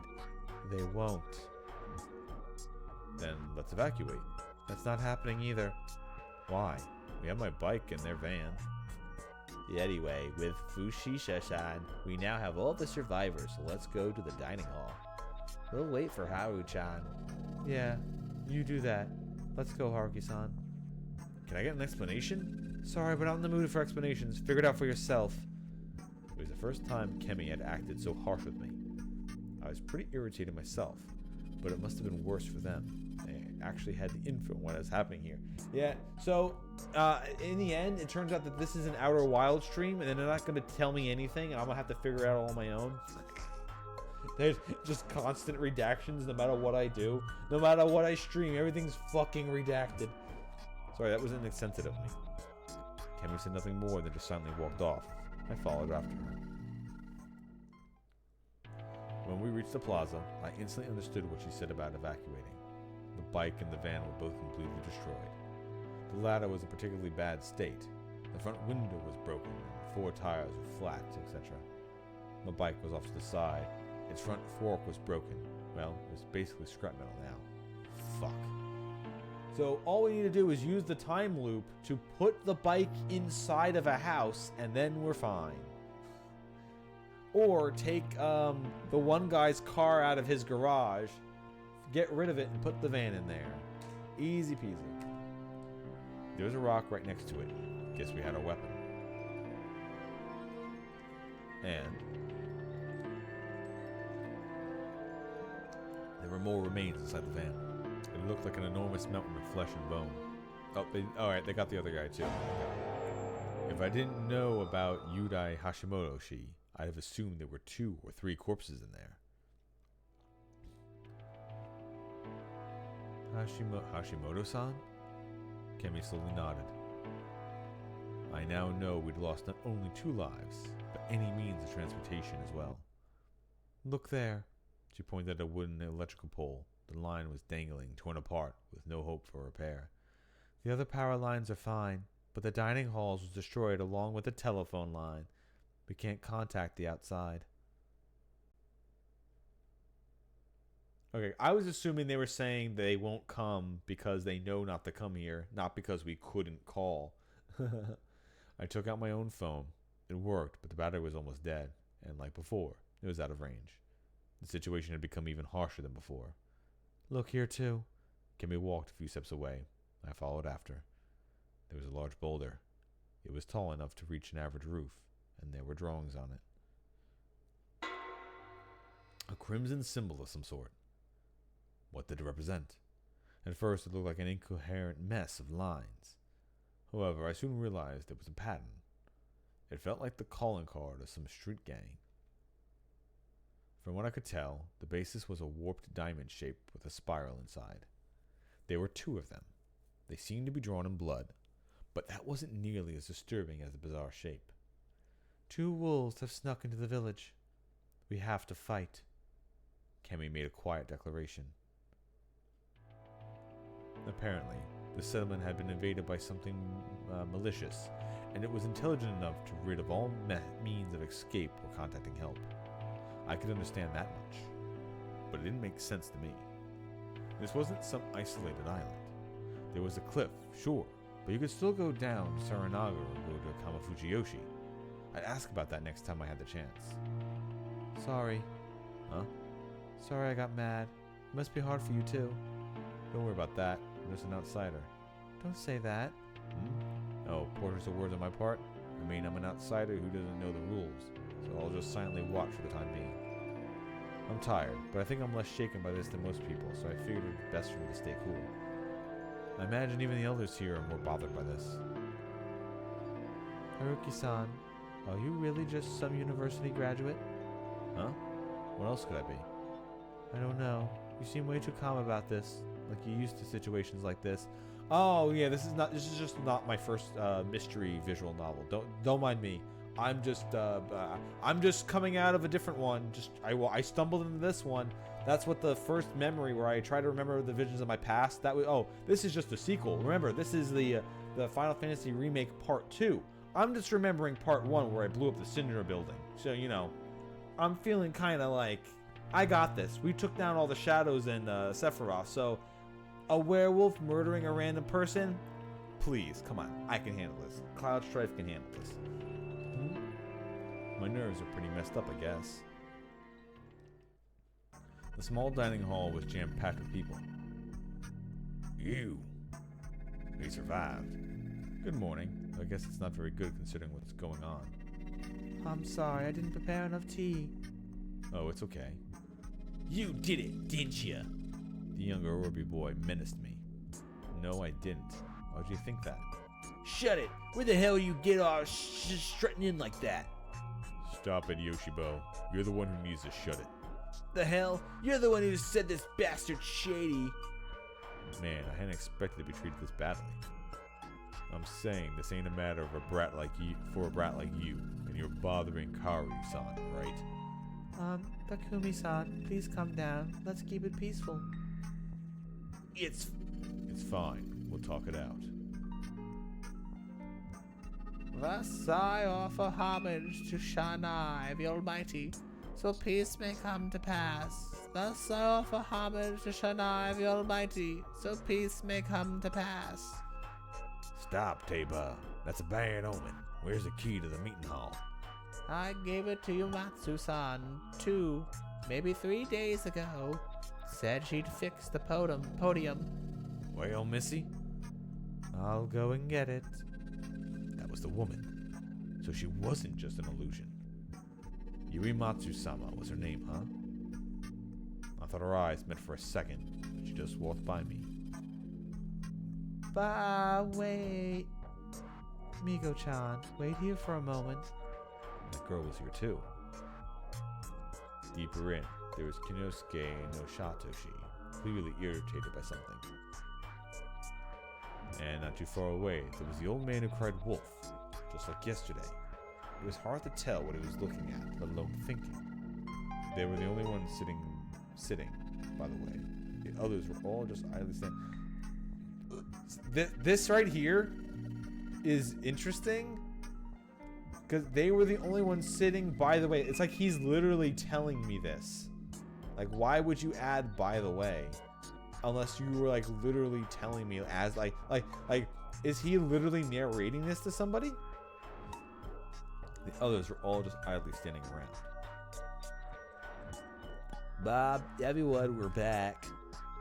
Come in, Haru-chan. Okay. The 3 students were here. With them, the settlement's entire population had gathered. As for the outsiders, the journalists were dead, while I and the mysterious girl had survived. I didn't know the circumstances, but they probably had their reasons to be suspicious of me. Suddenly, Kemi did something unexpected. Rikaku-san, can you wait a moment? She stopped the girl who was about to go out and get some key. Each villager seemed to call her differently, so I didn't know what to call her myself. This is Haruki Fushiashi-san. He crashed his bike and I met him in Saranaga. Oh, hello. An introduction. Now, why? This is Rikaku Yumimatsu-san. Yumimatsu is made of the kanji for spin and en. Pretty rare, right? Well, she's the current head of the Yumimatsu household, one of the chief families of the Kamifujiyoshi. I'm Rikako Yumimatsu. Pleased to make your acquaintance. Oh. So she was like the local celebrity, huh? Like Kionosuke Shi's not-so family? And that's Miko-chan. We only call her that because we don't know what her real name is. Bye. Hello there, nice to meet you. The girl they call Miko trembled a bit and... Oh my. Whoa. Sprinted through the crowd to hide behind Rikaku Yumatsu. So, what do you want to say, Kemi? I suggest not inviting Haruki Fukushima to the feast. I felt a wave of perplexion going through the room. Gee, that ain't how it works. The feast is there to help us decide if he's shady or not, right? Their expressions were stern and their words harsh. No, I'm saying he doesn't even have the right to participate in the feast. The hell you talking about? He's the shadiest of us all. Yoshi-kun, you did prepare for the feast? Huh? Yeah, I did. Who didn't? How was I supposed to react? No one else was raising their hands, though I had no idea what they were talking about. Me, probably? I don't even know what that entails. The other two who didn't prepare for the feast were taken by the corruption. However, Haruki-san wasn't. I think the Okami-sama ignored him. Okami-sama? As in Wolf-sama? Why the reverence? And what was she even talking about? He's from Saranaga, sure, but he clearly just passed by. In fact, I think he'd get in the way of the feast. No, for all we know, forcing him into the forest would just make the Okami-sama mad. What do you think, Ba-chan? Did you really survive without preparation? What was I supposed to do? Purify, shelter, dream. Basically, cleanse your body, lock up in a single building all by yourself, and wait for the dawn while asleep. I didn't then. I was in an outhouse by myself, but that's it. I didn't bathe and spent the night awake. The place got all noisy. They probably didn't expect that answer. I don't know. This never happened before. Tei-san sounded genuinely puzzled. What do you think, Rikaku-san? I had no idea what the dynamics were at work here, but Kemi asked for Rikaku Yomatsu's opinion. I consent to the idea. If our great lord Shinai chose to spare him, he must be exempt from the rules of the mountain. The words created even more commotion. So there. Kemi, you know what you're doing, right? If we remove him... Yeah, we won't have to waste our hanging for the day. Old man, what do you think? It was a roundabout, but in the end, once again, the one to make the final call was Kanzo Mikashamashi. He won't be in the feast, old man. But, glaring directly at me, the old man walked through the gathering and approached me. Seeing him from up close, I realized just how big and burly he was. It was pretty typical of someone living in a place like this, but it felt out of place in someone his age. His expression displayed both an inner strength to match his physique and profound rage. If the laws of the mountain don't work out for you, you'll be our rules you follow. If you don't, I'll shoot you dead. He spoke slowly, yet decisively. Man, this was uncomfortable. Hold on. If he can be excluded, I would like the same to happen to Rikaku-san and I. Huh? Why? We're from the Kamifuji Yoshi. We have no reason to be playing along with Saranaga's business. Nasato-sama, that won't do. If you're here on the day of the feast, it doesn't matter if you're not Sato, Yomatsu, Migurama, or Higurashi. Uncle, that'll be Yasada that I could leave too. We were both disinherited. That's different. Why must people that are still part of the four families take... that's just the dude again, not the kid. You were both disinherited. That's different. Why must people that are still part of the four families take part in this idiocy? Listen here, Kyo. Don't call me that, Muro. Let's go, Rikaku-san. We have no reason to play with these peasants. No, Masato-sama. Those in Fujiyoshi have a duty to remain present. All remains are in the hands of Shinai-sama, and we now gather upon the platter named Yasumizu. But, if you got a problem, then get out. Let the corruption take you. Kiyanosuke Shi eventually fell silent, and Rikaku left to get the key probably. He returned in no time, and everyone began leaving. You're not coming with us. Alright, where to then? Takumi? Is the cage open? Well, yeah. Alright, I'll take him. Come with me. Everyone went to some hall near the village plaza, while Takumi led me elsewhere. We made our way through the tall grass between the buildings. At a dead end, next to the wild trees and a rocky cliff, there was a large cage. It even had a roof that would have passed for a hut with a bit of work. This is where we keep the live game we capture. Sorry, but you'll have to wait here. I can't say no, can I? Don't take it the wrong way, okay? You'll be out once we're done with the feast. It won't take long. And I can't get any details, huh? Yeah, I do feel bad about this, but you should be thankful you don't need to take part in the feast. How was I supposed to feel that way if I didn't even know what the feast was? I'd have asked, but he looked pretty irritated, probably because he wanted to get it over with. So I kept my mouth shut. The floor of the cage was mostly gravel, with spaces of wheat and other things littered about. There was a vague and not clear scent of beasts. Can I lie down here? I figure I should sleep somewhere I can. Man, you're brash. No, just a coward. I don't want to die is all. That was why I'd abandoned those people. After Takumi-san locked me in and left, I laid down and closed my eyes. The ground was hard and it reeked pretty bad, but it was still an improvement over the outhouse. I should have taken the time to think about what the villagers had said, about my strange memories and about how I could get the hell out of here. That was what I wanted to do, but I knew that I'd just be swept away upon an unproductive spiral of regret if I went down that rabbit hole. Had I always been this admirable of a person? Another thing. For some reason, I felt like I'd spend the entirety of this time just watching the battle, so I decided that I'd focus on resting in preparation for what was to come. Everyone, I was honestly surprised they're letting us see this. Wait, who's this? Who's this random person with a bow? The way they made it sound, everyone was here, and our character never mentioned this person. Who the fuck is this? everyone sitting then. Let's begin the feast of the Yomi Purge. Yuematsu-sama, if you may. This is sacred sake, presented to us by Shinai-sama. Please drink it, starting from the youngest. Sake? You just put your mouth to it. No drinking for you kids. Not like he'd kill me. Stop it, Yoshigutsu. You say something to Yasunaga? Yashiditsu, this is for the tradition sake. I know it's for tradition's sake, but I mean honestly, that's what I was thinking.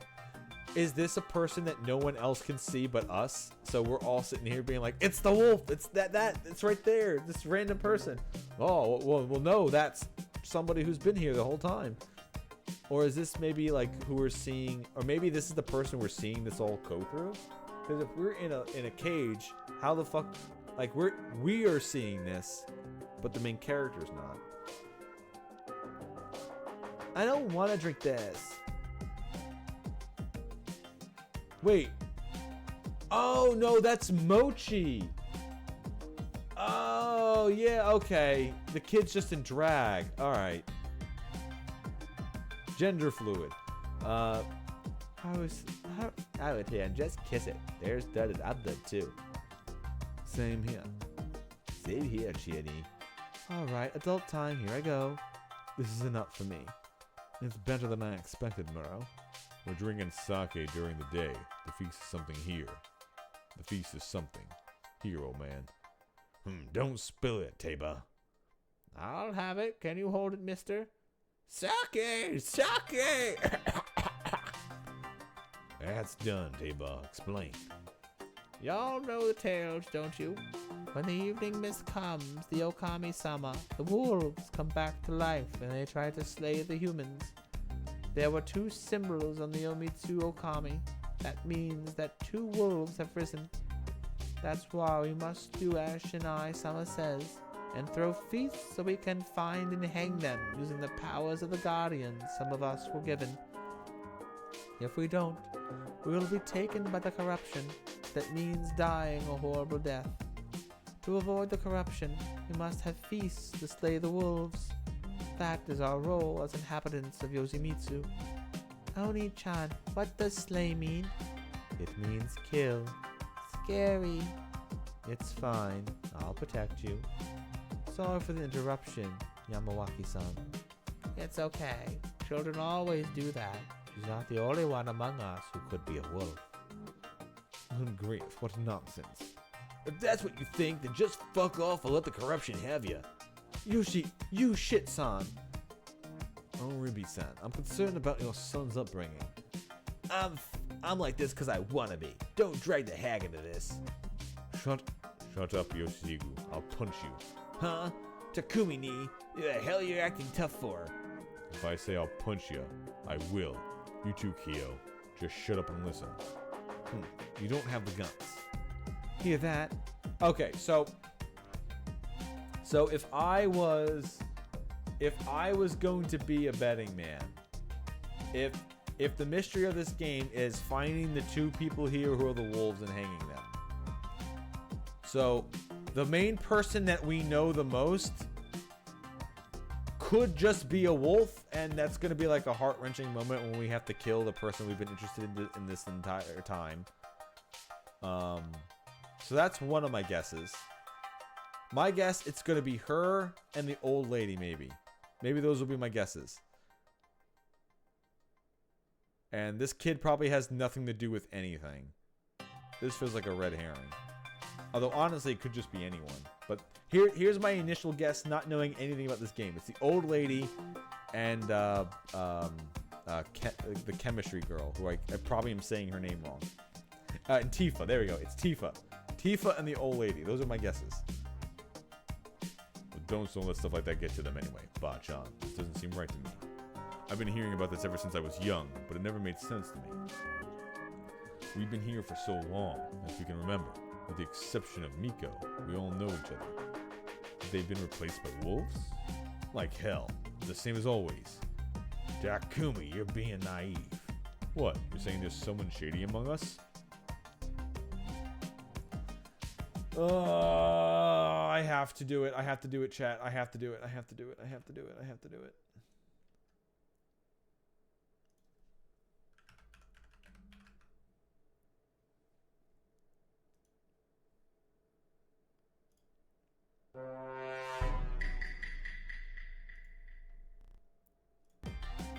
Everyone's shady. Audi-chan. You be careful too, Haru. Even beasts can trick people, and people trick better than any beast. There are things that are acting like they're one of us. Why are you so confident? There's truth in what the ancestors said. Well, if you say so. What? That's just what Yuzubitsu's dubskulls say, isn't it? Chikamochi. Again, you are relevant little. Mochi, stop. Mochi, stop that. I'm sorry. So what do we do now? What do you mean? We talk and decide, right? Will that be enough? I mean, we're deciding who to kill here, aren't we? Everyone will say what they think. We'll narrow down the most reasonable option. Chieni, what do you think? I think it's a mess. We already have people who think no one's shady and who think everyone else is.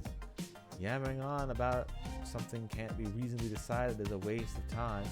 Besides, in the end, this is going to be decided by whoever's most influential. So some of my thoughts also were, like I said, not knowing anything here. The crazy old man is too obvious. The guy who you kind of want to hate is too obvious, so it's probably not him.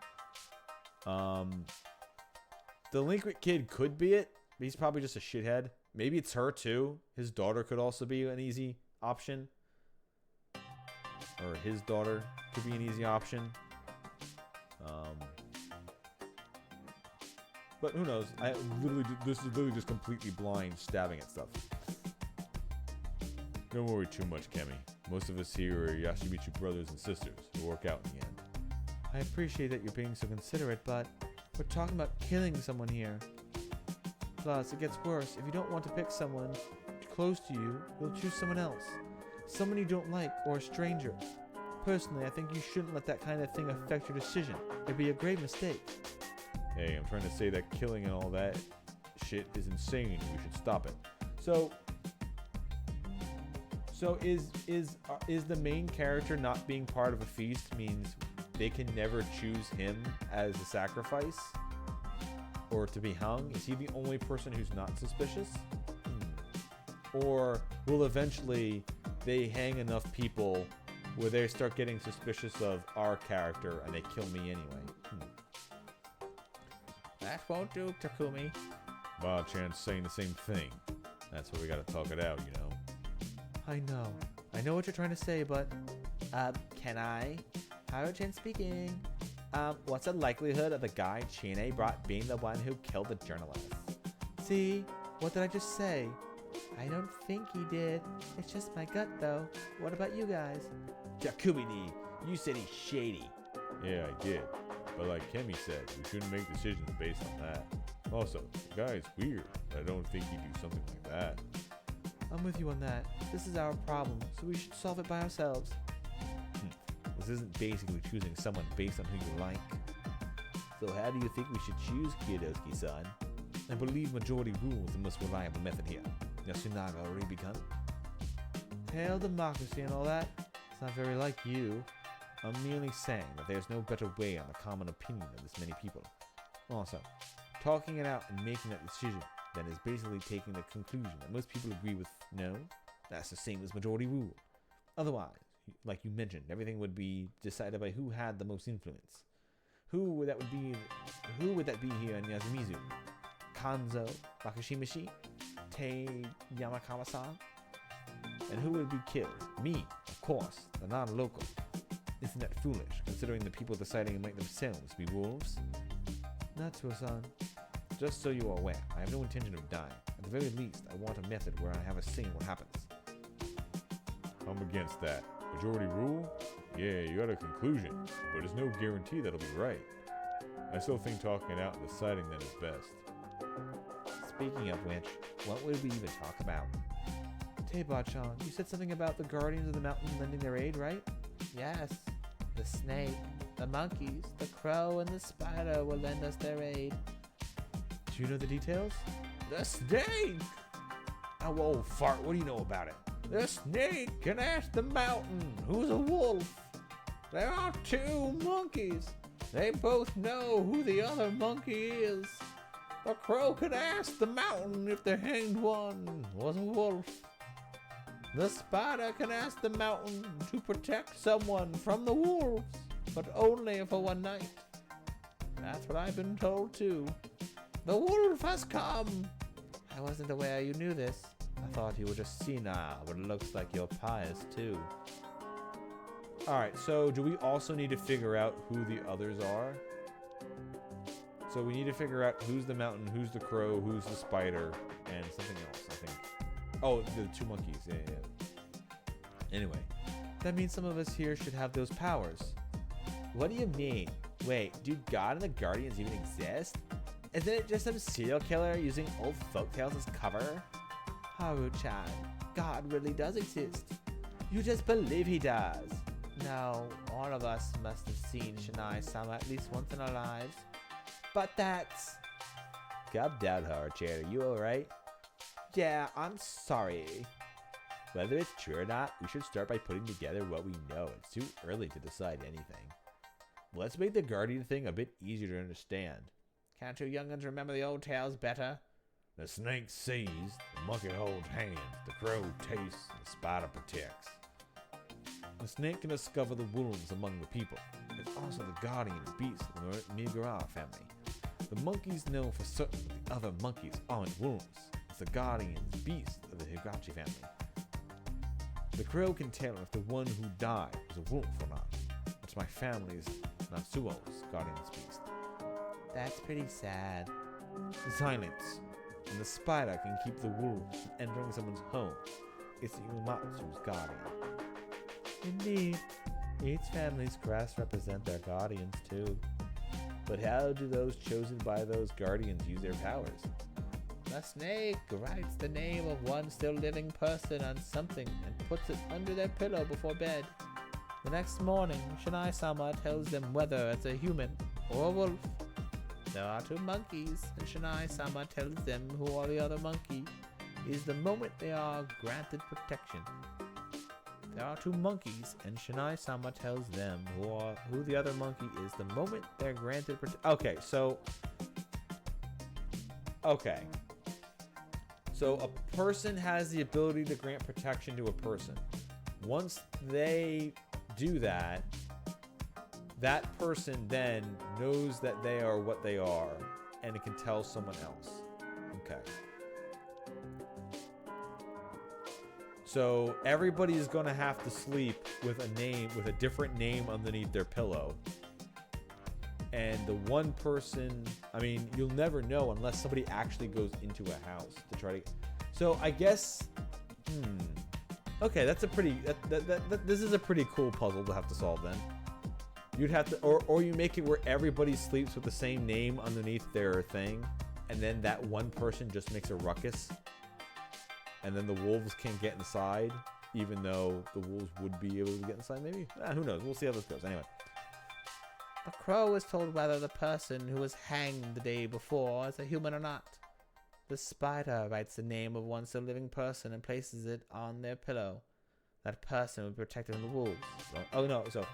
The person who knows the mountain, that person just puts someone's name underneath their pillow, and then they know if they're a wolf or not. And if they put one of the other guardians underneath. However, if everybody slept with a name underneath their heads and multiple people said, oh, I know that this person's a wolf, or I know this person's a monkey, or I know this person's the spider, it could be one of the wolves lying their ass off. Okay, this is a cool, like I said, this is a cool puzzle. I like this a lot. All right. Yeah, you literally showed me this a couple of months ago. Yeah. With these methods, we must use the powers of the Guardians to pick someone to hang each day. If we get all the wolves, we win. If the wolves get everyone else, we lose. You understand now? Yes, but Where did you even learn this? I heard it from my Oba-chan. wait, that means that those who have village head family blood have their guardians, right? I'm not so sure about that. I mean, we don't have anyone with Muragama blood, disowned or not. I heard that. The Guardians are very fickle about who they lend their aid to. Oh, let me guess. My character's a random fucking descendant from that exact family. Then who are they? If they reveal it, they might make themselves targets of the wolves. We won't get anything done if we can't talk about it, though. You think so? What if? Screw this. We're wasting time here. Listen up. My guardian's the snake. Huh? What? Takumini, is that true? Wrong with that one. Takumini, is that true? How do you even know that? I forgot to explain that. The Guardians come when we're dreaming and leave a mark for their chosen ones. If you wish to borrow their power, write it up and put it in your pillow. The mark will give you their answer.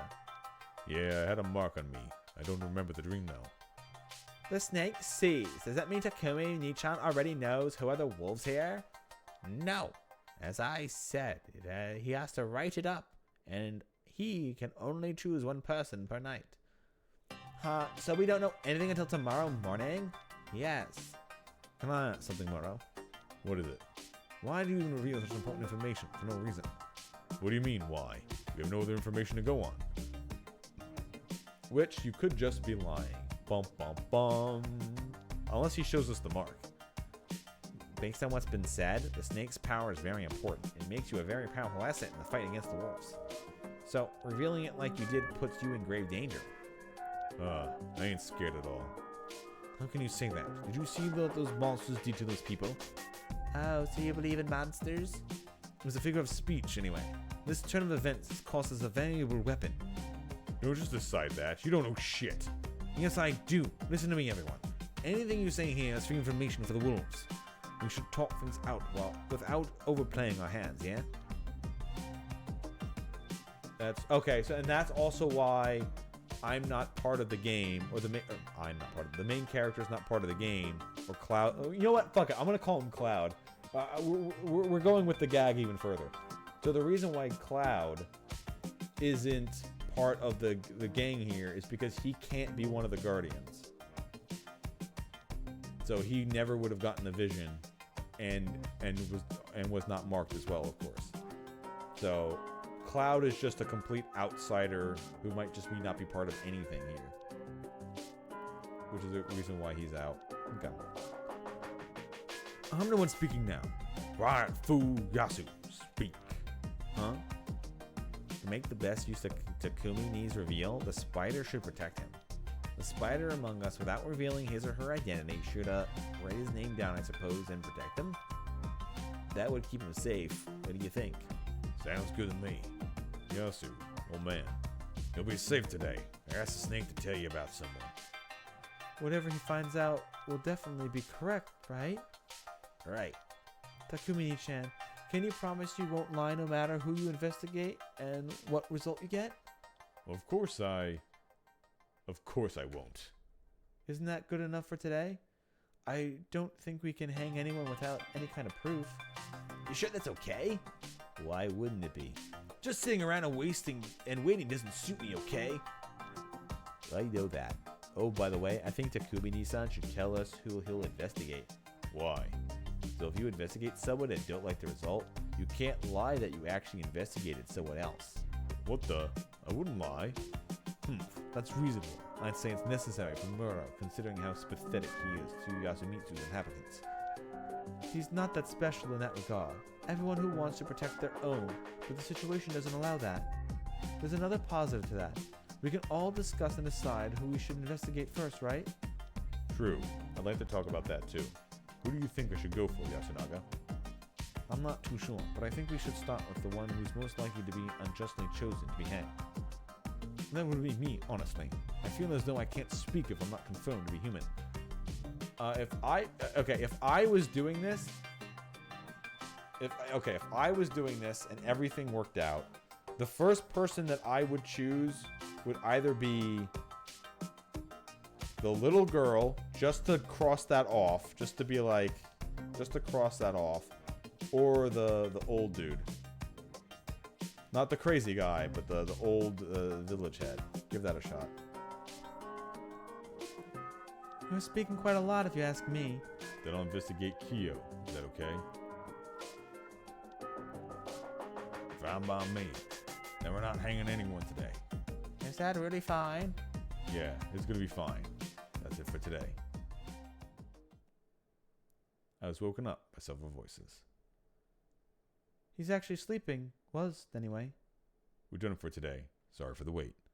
Good to hear.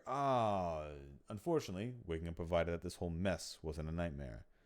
So, is the feast some sort of ritual? The kind you do to ward off evil or whatever? No, it's more of a gathering. You know, magic. I see. So you try to find the culprit? Haruki-san, you don't beat around the bush, do you? Yeah, I realize I'm the real victim here, so I need information. It's a tall order to stay alive without any. Takumi-chan, can I tell him about this? Yeah, better you than me.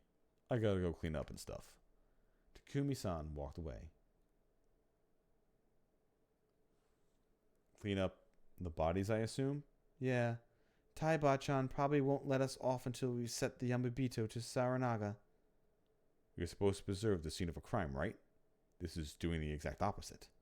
Then again, it didn't seem like anyone expected the cops to show up in the first place. Here's my first question then. Let's take that somewhere more private. Alright, I am going to hit the save here. These are auto saves. I guess it doesn't really matter, but I just want to put a... There we go. Alright, so happy April Fools, everybody.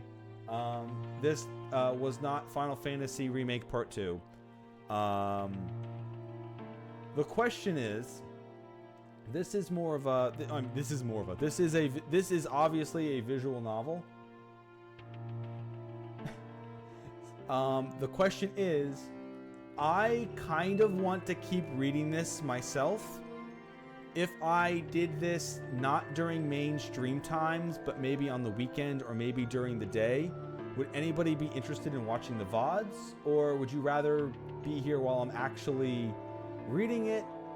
Because I do want to do Chrono Trigger still, and I have to finish, So would you guys like this to do like a Sunday thing that I do if I have time?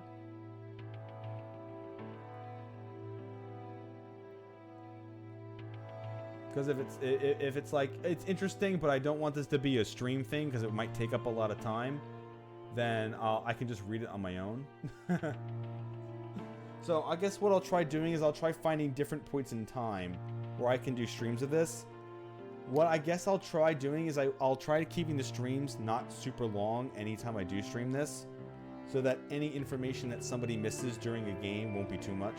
Like if I stream during the day and no one's around, I can be like, oh yeah, here's a quick recap without being too much. It also, you know, stops my voice from kind of wearing out. This is almost 3.5 hours of constant talking. This is kind of drawing me out, but I could still keep going if I wanted to. But I think this was a good end before all the information that we just saw in that scene is, you know, delivered to our main character. Anyway, thank you all for watching. Happy April 1st. Happy April Fools. I'll be back tomorrow with more Outer Wilds. Hopefully still finishing that up this week. And then next week will be Chrono Trigger, and I'll be peppering this in throughout. And eventually I will do Final Fantasy Remake Part 2 at some point.